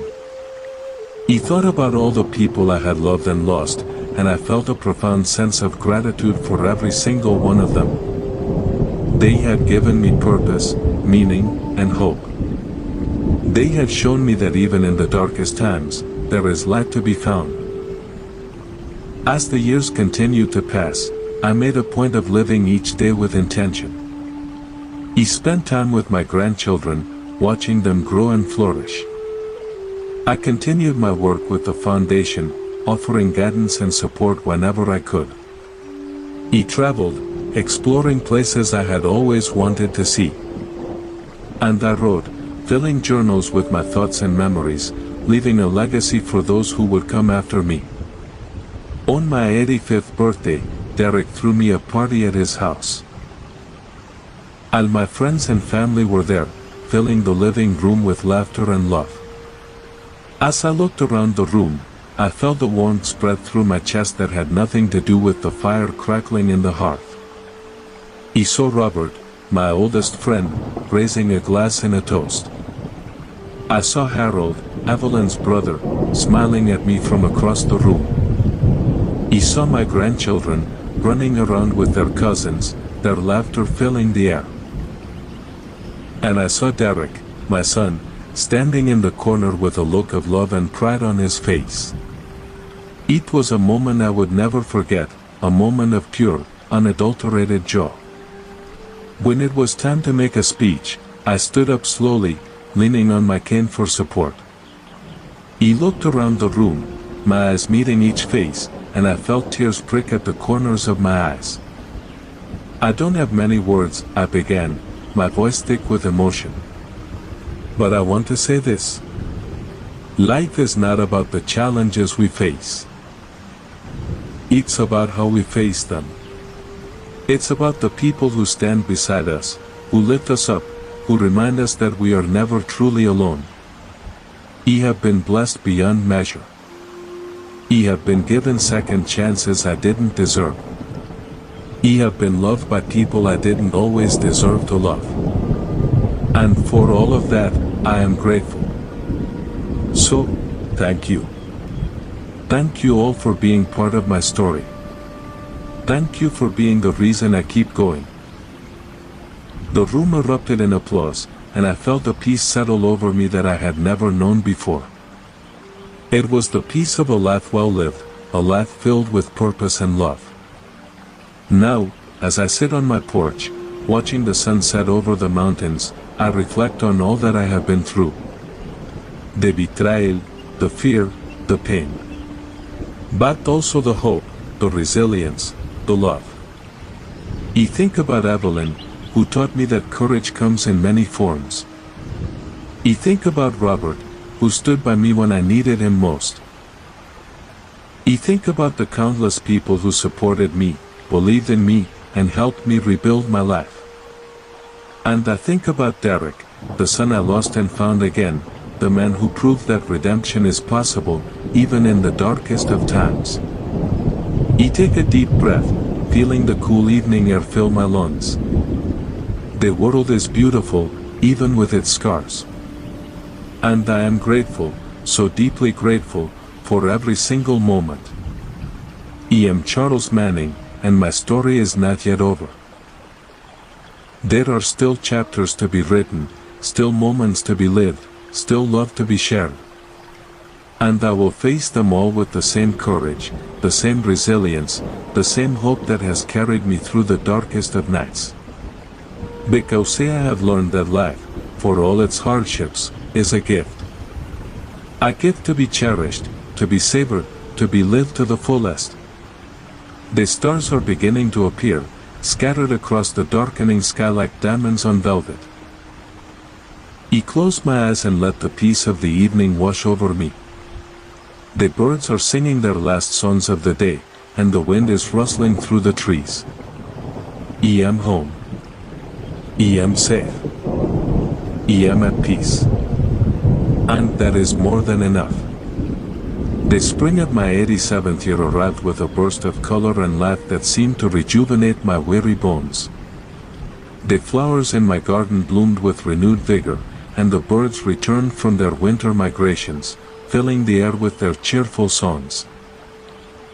I felt a renewed sense of energy, a desire to embrace each day with the same enthusiasm I had felt in my youth. It was during this season of renewal that I received a phone call that would test the very foundations of the peace I had worked so hard to build. The voice on the other end of the line was familiar, yet distant, a voice I hadn't heard in years. It was Vanessa, Derek's ex-wife. She had been released from prison several years ago, and we had maintained a careful, distant relationship for the sake of the children. But this call was different. There was an urgency in her voice that I hadn't heard before. Charles, she said, her voice trembling. I need to see you. It's important. It's about Derek. My heart seized in my chest. What about Derek? Is he alright? He's fine, physically. But there's something you need to know. Something I should have told you years ago. I agreed to meet her the next day at a quiet cafe downtown. I didn't tell Derek about the call. He wanted to hear what Vanessa had to say before I made any decisions. The cafe was small and cozy, the kind of place where conversations could be held in private without fear of being overheard. Vanessa was already there when I arrived, sitting in a corner booth with a cup of coffee growing cold in front of her. She looked older, her face lined with the years and the weight of her past choices. But there was also a softness in her eyes that hadn't been there before, a hint of the woman she might have become if she had made different decisions. Thank you for coming, Charles, she said as I sat down across from her. I know this isn't easy for you. Just tell me what's going on, I said, my voice carefully neutral. Vanessa took a deep breath, her hands wrapping around her coffee cup as if seeking warmth. After I got out of prison, I started going to therapy. He wanted to understand why I had made the choices I made, why I had allowed myself to become so consumed by greed and ambition. And in the process, I started to remember things I had pushed aside for years. Things about Derek. He leaned forward, my pulse quickening. What kind of things? Vanessa's eyes filled with tears. Derek wasn't the mastermind, Charles. He was. He was the one who came up with the plan, who pushed him to go along with it. It was weak, desperate, and I took advantage of that. He manipulated him, used his fears against him, convinced him that there was no other way. It didn't want to hurt you. It loved you.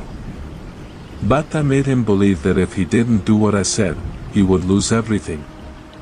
He sat back in my seat, stank. For years, I had blamed Derek for everything. He had seen him as the villain, the mastermind behind the betrayal. But the truth, it seemed, was far more complicated. Why are you telling me this now? He asked, my voice barely a whisper. Because I owe it to you. I owe it to Derek. I have spent years trying to make amends, trying to be a better person. But I can't truly move forward until I've told the truth, until I've taken responsibility for what I did. Derek was not innocent, but he was not the sole perpetrator either. He was the architect of that nightmare, and I need you to know that. He sat in silence for a long moment, processing her words. The anger I had felt toward Derek for so many years began to shift, to transform into something more complex. He still held him accountable for his choices, for the things he had done. But I also understood, for the first time, that he had been a victim as well, a victim of manipulation and fear. Thank you for telling me, I said finally. It takes courage to admit something like that. Vanessa nodded, wiping her eyes. I know I can never undo the damage I caused. But I hope that, in some small way, this can help you find peace. He left the cafe in a daze, my mind churning with everything Vanessa had told me. He walked for a long time, through the streets of the town I had called home for so many years. The familiar sights and sounds seemed different now, filtered through the lens of this new understanding. When I finally returned home, I sat on my porch and watched the sunset, thinking about Derek, about the man he had become, about the journey we had taken together. The next day, I called Derek and asked him to come over. He arrived with his usual warmth and cheerfulness, but I could see the concern in his eyes as he sat down across from me. What's going on, Dad? he asked. You sound serious. He took a deep breath and told him about my meeting with Vanessa. He told him everything she had said, about her manipulation, her guilt, her confession. I watched his face as I spoke, saw the emotions flicker across his features, surprise, pain, relief. When I finished, Derek sat in silence for a long moment. Then he spoke, his voice thick with emotion. I never told anyone that part of the story, he said. I was ashamed.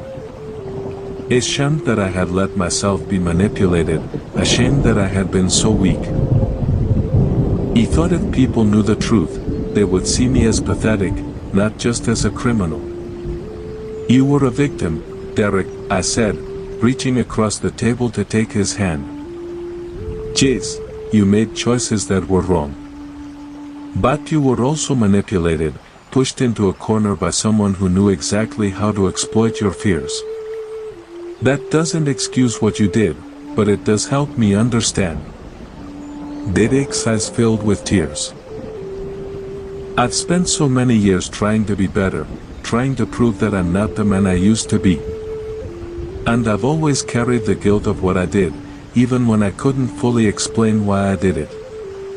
Hearing you say that, understanding what really happened, it feels like a weight has been lifted off my shoulders. We talked for hours that evening, sharing stories and memories, healing old wounds and building new bridges. By the time Derek left, I felt a sense of closure I had never thought possible. The past was finally behind us, not forgotten, but understood. The months that followed were filled with a renewed sense of purpose. He continued my work with the foundation, but I also began to focus more on my personal relationships. He spent more time with my grandchildren, sharing stories and wisdom, passing on the lessons I had learned. He reconnected with old friends, reached out to people I had lost touch with, and made a point of expressing my gratitude to everyone who had touched my life.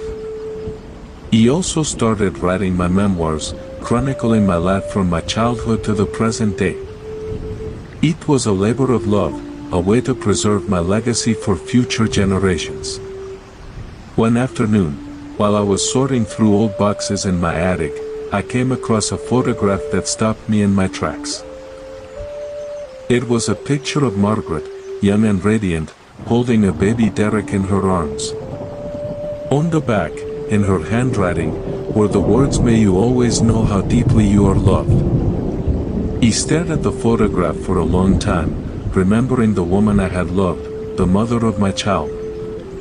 He thought about all the hopes and dreams she had for Derek, all the love she had poured into him. And I realized that, despite everything that had happened, that love had never truly been lost. It had just been buried, hidden beneath layers of pain and betrayal. He placed the photograph in a frame and put it on my nightstand, where I could see it every morning when I woke up. It was a reminder of what had been, and also of what could be. As the years continued to pass, I grew older and frailer. My steps became slower, my hands more unsteady. But my heart remained full, filled with the love of my family and the gratitude for all the blessings I had received. I continued to write, filling journals with my thoughts and memories. He continued to spend time with my grandchildren, watching them grow and flourish. And I continued to love Derek, the son I had lost and found again. On my 90th birthday, my family threw me a party that was attended by people from all over the country. Friends, colleagues, and loved ones gathered to celebrate a life that had been marked by both tragedy and triumph. He looked around the room and felt a profound sense of peace. He had faced unimaginable challenges and had emerged stronger for them. He had lost and loved and lost again, and through it all, I had never given up. When it was time to make a speech, I stood up slowly, leaning on Derek for support. He looked around the room, my eyes meeting each face, and I smiled. I have been blessed beyond measure, I said. I have been given second chances I didn't deserve. I have been loved by people I didn't always deserve to love. And for all of that, I am grateful. Life is not about the challenges we face. It's about how we face them. It's about the people who stand beside us, who lift us up, who remind us that we are never truly alone. So, thank you. Thank you all for being part of my story. Thank you for being the reason I keep going. The room erupted in applause, and I felt a warmth spread through my chest that had nothing to do with the fire crackling in the hearth. It was the warmth of belonging, of connection, of love. It was the warmth of a life well lived. Now, as I sit on my porch, watching the sun set over the mountains for what may be the final time, I reflect on all that I have been through. The betrayal, the fear, the pain. But also the hope, the resilience, the love. I think about Evelyn, who taught me that courage comes in many forms. I think about Robert, who stood by me when I needed him most. I think about Vanessa, who found the courage to confess her sins and seek redemption. And I think about Derek, my son, who proved that even the darkest of souls can find the light. I take a deep breath, feeling the cool evening air fill my lungs. The world is beautiful, even with its scars. And I am grateful, so deeply grateful, for every single moment. I am Charles Manning, and my story is finally complete. I have lived a life of purpose, of love, of resilience. I have faced my darkest fears and emerged stronger for them. And now, as the sun sets on my final chapter, I can say with absolute certainty that I have no regrets.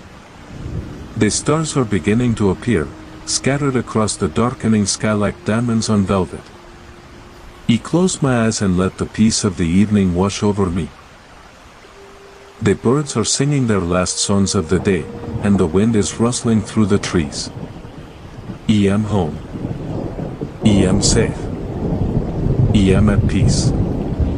And that is more than enough. The autumn of my 92nd year arrived with a golden glow that seemed to paint the world in shades of amber and crimson. The leaves on the ancient oak tree in my backyard had begun their annual transformation, creating a carpet of color that stretched across the lawn. I spent most of my days on the porch now, wrapped in a warm blanket, watching the seasons change with a sense of wonder that never seemed to fade. My body had grown frail, my steps slow and uncertain, but my mind remained sharp, filled with a lifetime of memories that I cherished like precious jewels. It was on a crisp October morning that I received a letter that would bring my journey full circle.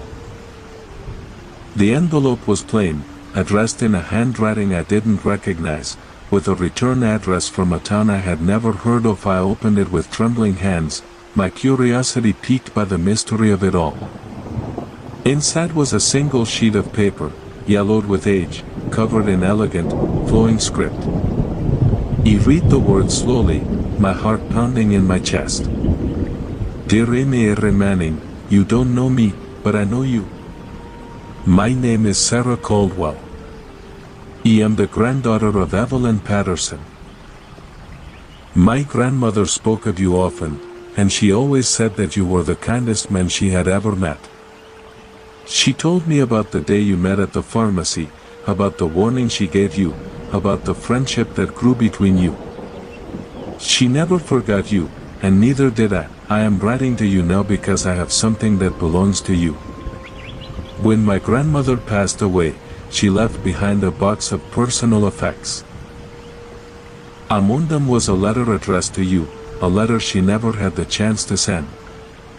I have kept it safe all these years, and I believe it's time for you to have it. Please, if you're willing, I would like to deliver it to you in person.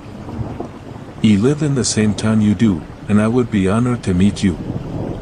Sincerely, Sarah Caldwell. I read the letter 3 times, tears streaming down my face. Evelyn had written me a letter she had never sent. The thought filled me with a mixture of sadness and anticipation, a longing to hear her voice one more time, even if only through the words she had left behind. I called Derek immediately and told him about the letter. He agreed to help me arrange a meeting with Sarah as soon as possible. Sarah arrived at my house the following weekend. She was a young woman in her early 30s, with Evelyn's kind eyes and gentle smile. She carried a small box in her hands, wrapped in brown paper and tied with a simple string. "Mr. Manning," she said, her voice warm and respectful. "It's an honor to finally meet you." "The honor is mine," I replied, my voice thick with emotion. "Your grandmother was a remarkable woman. She changed my life in ways I can never fully express." Sarah smiled, her eyes glistening. "She spoke of you often. She said you were the brother she never had, the family she had always wanted." She handed me the box, her hand steady and sure. "This is for you.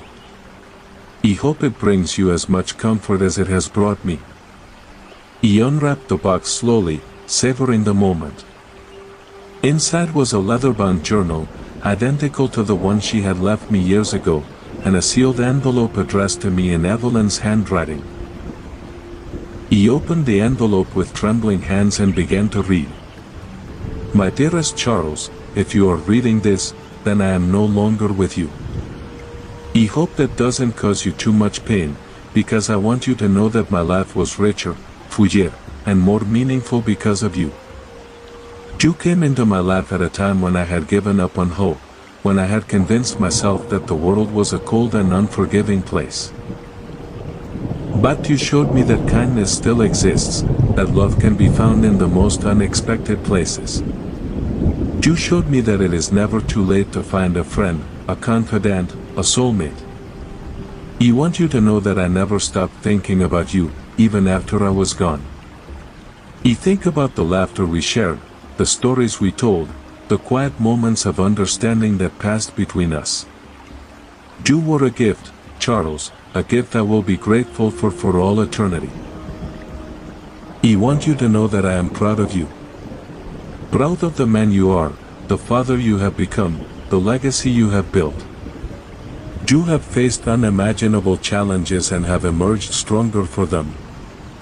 You have shown the world that resilience is not just a word, but a way of life.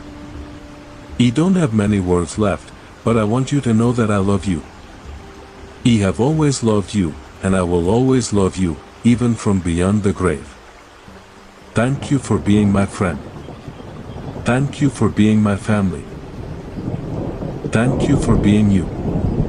With all my love, Evelyn." I closed the letter, tears streaming down my face. The words were a balm to my soul, a reminder of the bond that had formed between us, a bond that had transcended time and space. I held the letter to my chest, feeling a warmth spread through me that had nothing to do with the fire crackling in the hearth.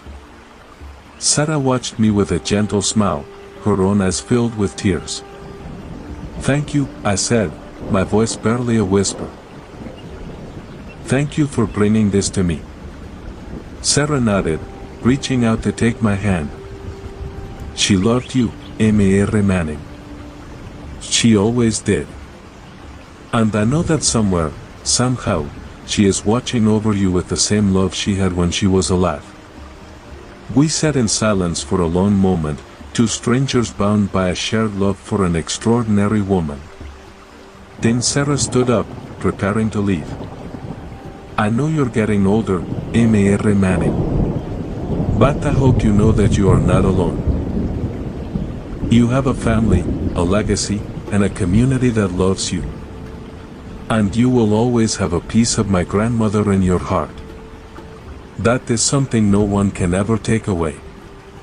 After Sarah left, I sat on my porch, the letter clutched in my hands, and I thought about Evelyn.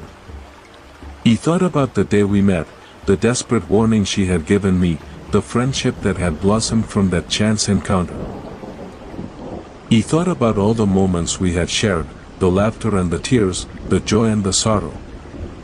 And I realized that, in many ways, she had saved me.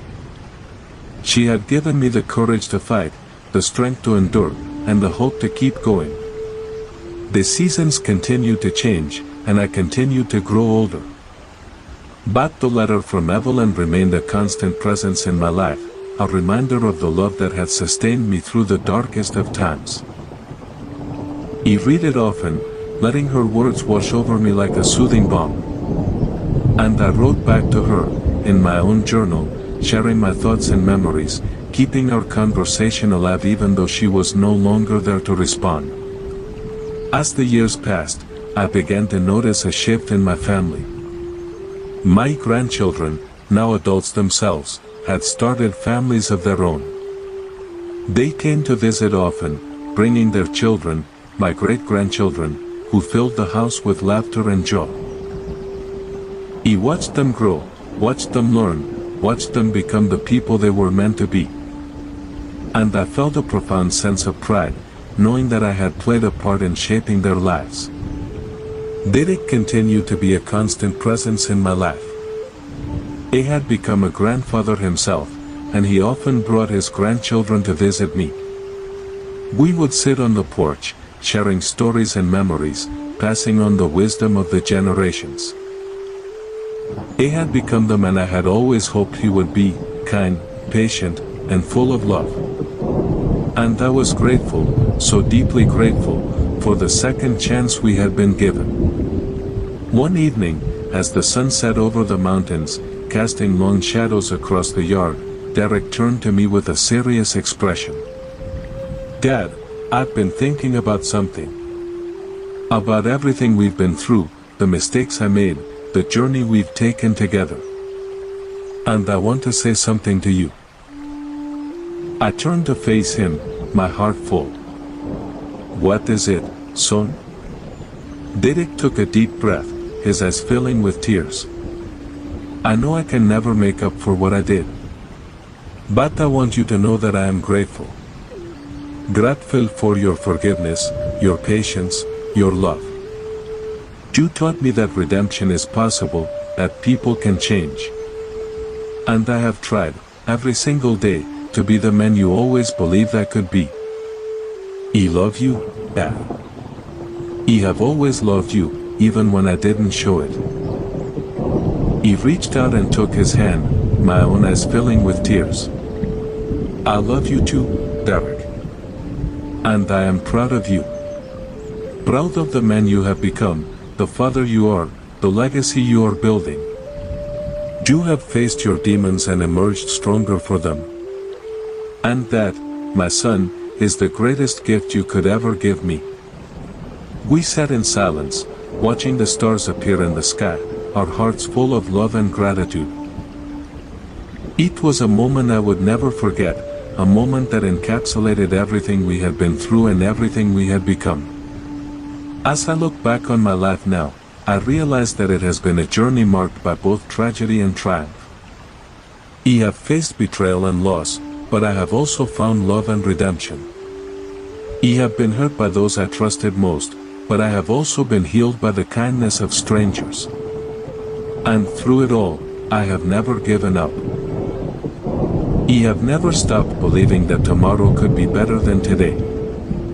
I think about Evelyn, the woman who changed my life with a simple warning.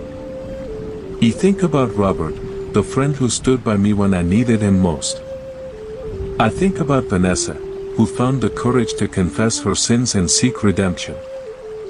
And I think about Derek, my son, who proved that even the darkest of souls can find the light. I take a deep breath, feeling the cool evening air fill my lungs. The world is beautiful, even with its scars. And I am grateful, so deeply grateful, for every single moment. I am Charles Manning, and my story is one of survival, of love, of hope. I have lived a life of purpose, and I have no regrets. As the stars continue to appear, scattered across the darkening sky like diamonds on velvet, I close my eyes and let the peace of the evening wash over me. The birds are singing their last songs of the day, and the wind is rustling through the trees. I am home. I am safe. I am at peace. And that is more than enough. The winter of my 94th year descended upon Oregon with a fury that I had not witnessed in decades.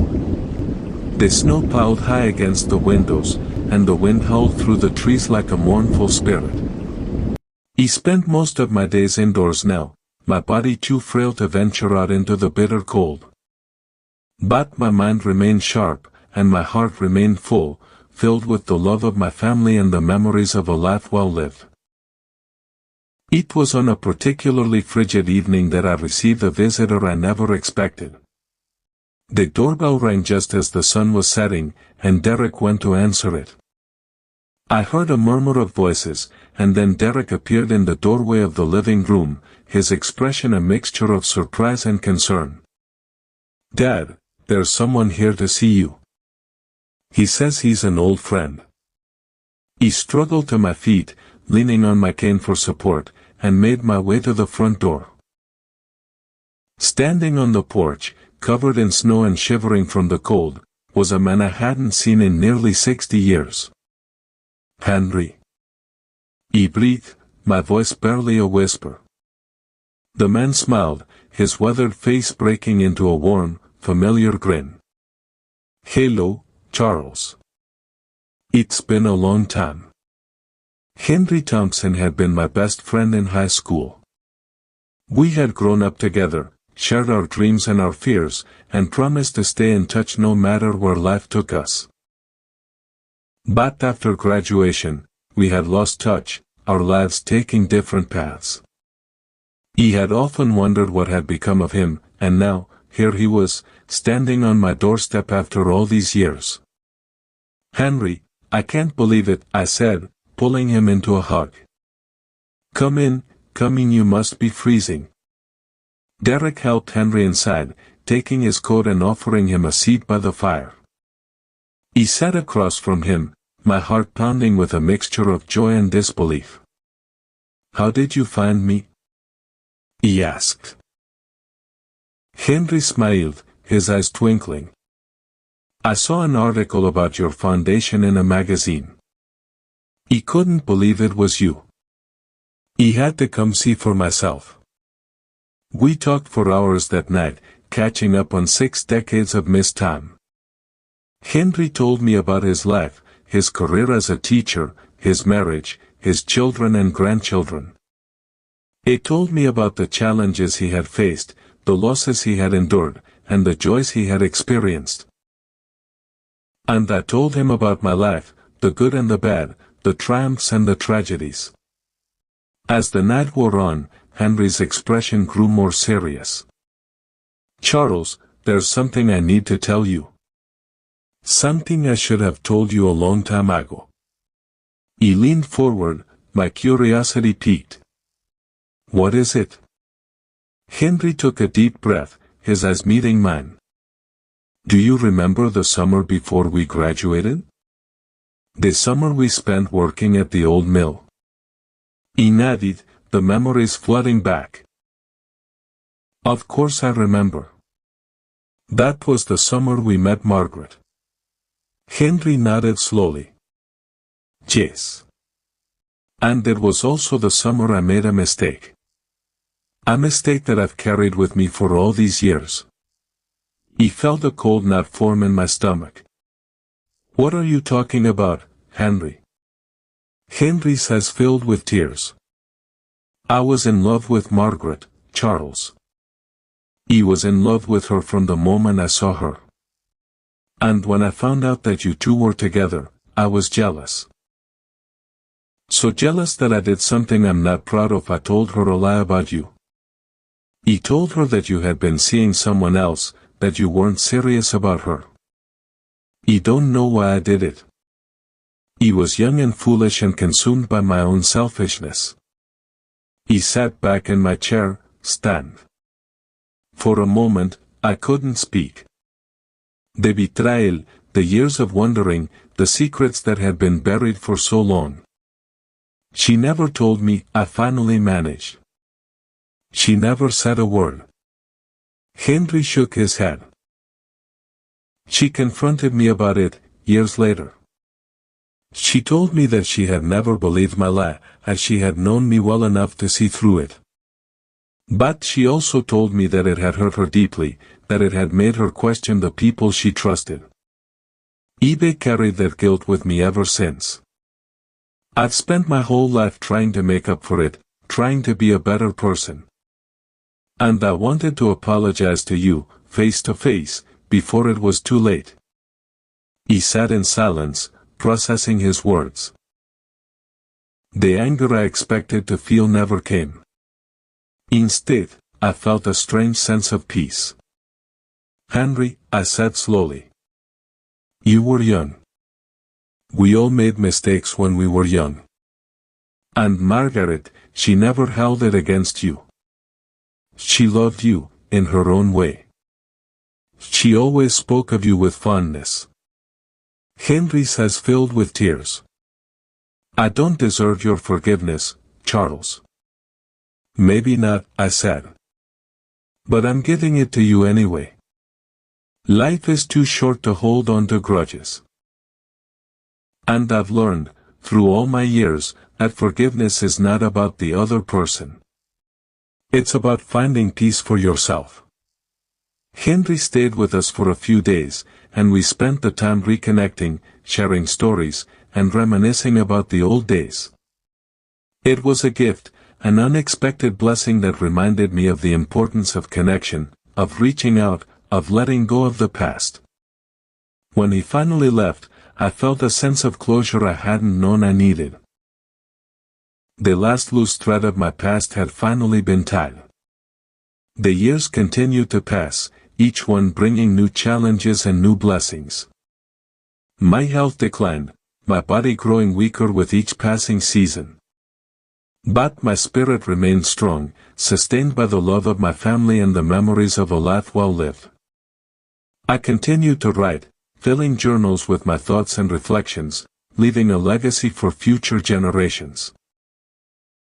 I continued to spend time with my grandchildren and great-grandchildren, watching them grow and flourish, feeling a profound sense of pride in the family I had built. One day, as I sat on my porch watching the sunset, I felt a presence beside me. I turned to see Derek, his face lined with age, his eyes filled with love. Dad, he said softly. I need to tell you something. He nodded, my heart full. What is it, son? Derek took a deep breath, his voice trembling. I've been thinking a lot about what you've taught me, about forgiveness and redemption and second chances. And I've realized that I want to pay it forward. You want to start a program, a foundation, something that helps other families heal, the way we did. You want to use my experience to help others avoid the mistakes I made. He felt tears well in my eyes. That's a beautiful idea, Derek. I'm so proud of you. Derek smiled, his own eyes glistening. I couldn't have done it without you, Dad. You showed me that change is possible, that redemption is real. You gave me a second chance, and I want to give that same gift to others. We sat in silence, watching the stars appear in the sky, our hearts full of love and gratitude. It was a moment I would never forget, a moment that encapsulated everything we had been through and everything we had become. As I look back on my life now, I realize that it has been a journey marked by both tragedy and triumph. I have faced betrayal and loss, but I have also found love and redemption. I have been hurt by those I trusted most, but I have also been healed by the kindness of strangers. And through it all, I have never given up. I have never stopped believing that tomorrow could be better than today. I think about Evelyn, the woman who changed my life with a simple warning. I think about Robert, the friend who stood by me when I needed him most. I think about Vanessa, who found the courage to confess her sins and seek redemption. I think about Henry, who came back into my life after all these years to make amends. And I think about Derek, my son, who proved that even the darkest of souls can find the light. I take a deep breath, feeling the cool evening air fill my lungs. The world is beautiful, even with its scars. And I am grateful, so deeply grateful, for every single moment. I am Charles Manning, and my story is one of survival, of love, of hope. I have lived a life of purpose, and I have no regrets. As the stars continue to appear, scattered across the darkening sky like diamonds on velvet, I close my eyes and let the peace of the evening wash over me. The birds are singing their last songs of the day, and the wind is rustling through the trees. I am home. I am safe. I am at peace. And that is more than enough. The legacy I leave behind is not one of wealth or fame, but of love and resilience. It is a legacy of second chances, of forgiveness, of the belief that no one is beyond redemption. I have taught my children and grandchildren that the greatest gift we can give each other is understanding, that the strongest foundation we can build is one of trust and compassion. And I know, with absolute certainty, that they will carry that legacy forward, long after I am gone. So, as I sit here, in the twilight of my years, I have no regrets. I have loved and lost, fought and triumphed, fallen and risen. I have faced the darkness and emerged into the light. And I have learned, above all else, that the human spirit is unbreakable. It can bend, it can crack, it can be battered by the storms of life. But it will never break. Not as long as there is love to sustain it, hope to guide it, and the courage to keep going. I am Charles Manning, and I am at peace. The story of my life is not one of perfection, but of perseverance. And that, I believe, is the most powerful story of all. The spring of my 96th year arrived with a gentle warmth that seemed to breathe new life into the world. The snow melted away, revealing the first green shoots of grass, and the flowers in my garden began to bloom with a vigor that filled me with hope. I had grown frailer with each passing year, my body a shadow of what it once was. But my spirit remained strong, nourished by the love of my family and the memories of a life well lived. I spent most of my days on the porch now, wrapped in a soft blanket, watching the world awaken from its winter slumber. It was on one of these peaceful afternoons that I received a visit that would bring my journey to its most profound conclusion. The doorbell rang, and Derek answered it. I heard a familiar voice, and my heart leapt with joy. Moments later, Robert appeared on the porch, his face lined with age but his eyes still bright with the warmth of our long friendship. "Charles," he said, his voice thick with emotion. "I heard you weren't doing so well. I had to come see you." Robert had moved to Florida years ago to be closer to his grandchildren, and we had kept in touch through letters and phone calls. But seeing him in person, after all these years, was a gift beyond measure. We spent the afternoon together, sitting on the porch, sharing stories and memories. Robert told me about his life in Florida, about his grandchildren, about the peace he had found in his later years. And I told him about my life, about Derek, about the legacy I was building that day. As the sun began to set, casting long shadows across the yard, Robert turned to me with a serious expression. "Charles, I've been thinking a lot about our lives, about everything we've been through. And I want to say something to you." He turned to face him, my heart full. "What is it, Robert?" Robert took a deep breath, his eyes glistening with tears. "You are the bravest man I have ever known. You faced betrayal and loss, and you came out stronger on the other side. You built a foundation that has helped hundreds of people. You mended a broken relationship with your son. You found love and friendship in the most unexpected places. And through it all, you never lost hope. You never gave up." He felt tears well in my own eyes. I couldn't have done it without you, Robert. You were there for me when I needed you most. You helped me find the strength to keep going. Robert shook his head. I just gave you a push. You did the rest. And I am so proud to call you my friend. We sat in silence, watching the stars appear in the sky, our hearts full of gratitude for the bond we shared. The weeks that followed were filled with visits from family and friends. My grandchildren came, bringing their children, filling the house with laughter and joy. Derek was a constant presence, sitting with me on the porch, sharing stories and memories. I felt a profound sense of peace, knowing that I had built a legacy that would outlast me. One evening, as I sat alone on the porch, watching the sun dip below the horizon, I felt a presence beside me. He turned to see Derek, his face etched with concern. Dad, are you all right? I smiled, reaching out to take his hand. I'm fine, son. More than fine. I'm at peace. Derek squeezed my hand, his eyes glistening with tears. I don't know what I'm going to do without you, Dad. You're going to be fine, I said firmly. You have a family who loves you, a legacy to carry on, and a lifetime of memories to hold on to. And I will always be with you, in your heart and in your memories. We sat in silence, watching the stars appear in the sky. The night was quiet, the only sounds the rustling of the leaves and the distant hoot of an owl. I felt a sense of completeness, of closure, that I had never experienced before. My life had come full circle, from the darkness of betrayal to the light of redemption.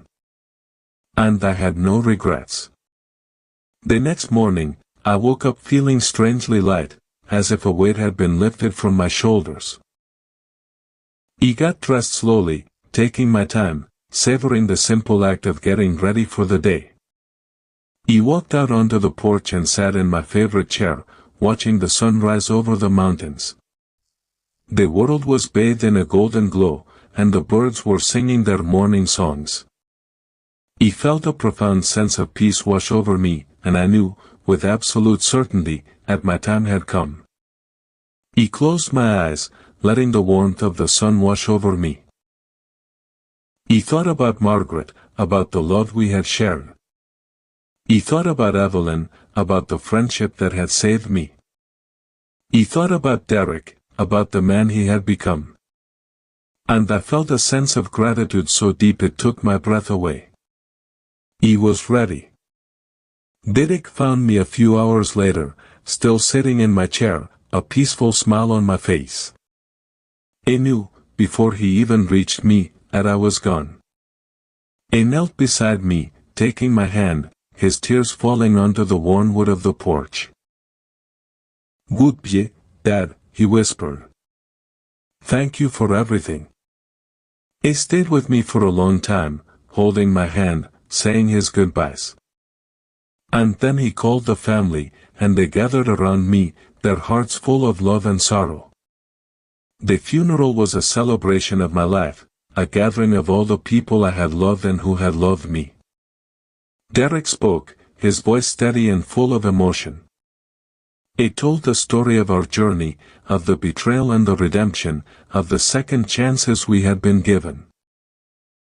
He spoke of the foundation I had built, the legacy I had left behind.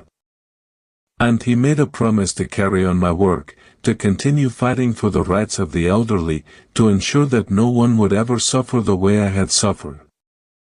He was buried next to Margaret, in the cemetery overlooking the mountains. The headstone was simple, just my name and the dates of my life, with a single inscription beneath, he built foundations that could withstand any storm. It was a fitting tribute, a reminder of the strength and resilience that had defined my life.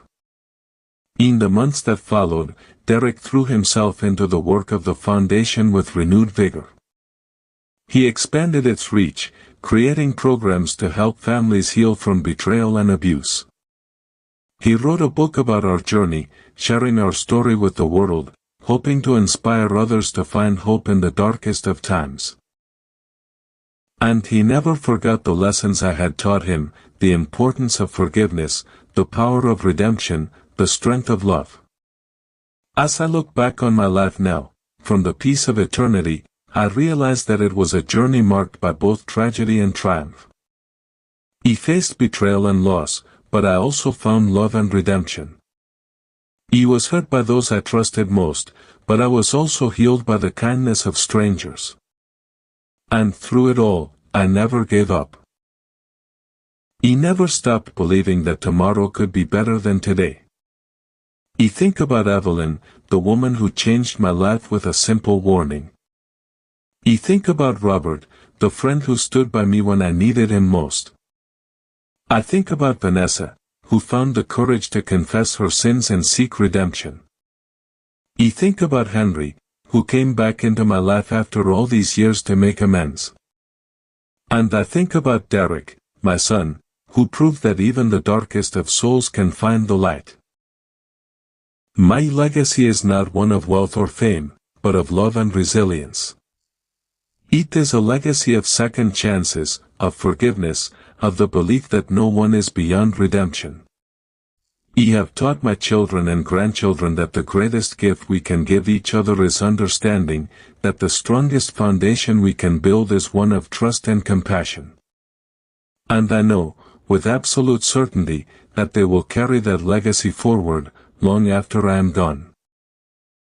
So, as I rest in the arms of eternity, I have no regrets. I have loved and lost, fought and triumphed, fallen and risen. I have faced the darkness and emerged into the light. And I have learned, above all else, that the human spirit is unbreakable. It can bend, it can crack, it can be battered by the storms of life. But it will never break. Not as long as there is love to sustain it, hope to guide it, and the courage to keep going. I am Charles Manning, and I am at peace. The story of my life is not one of perfection, but of perseverance. And that, I believe, is the most powerful story of all. To anyone reading this, I leave you with these words. Trust your instincts. Listen to the warnings of strangers.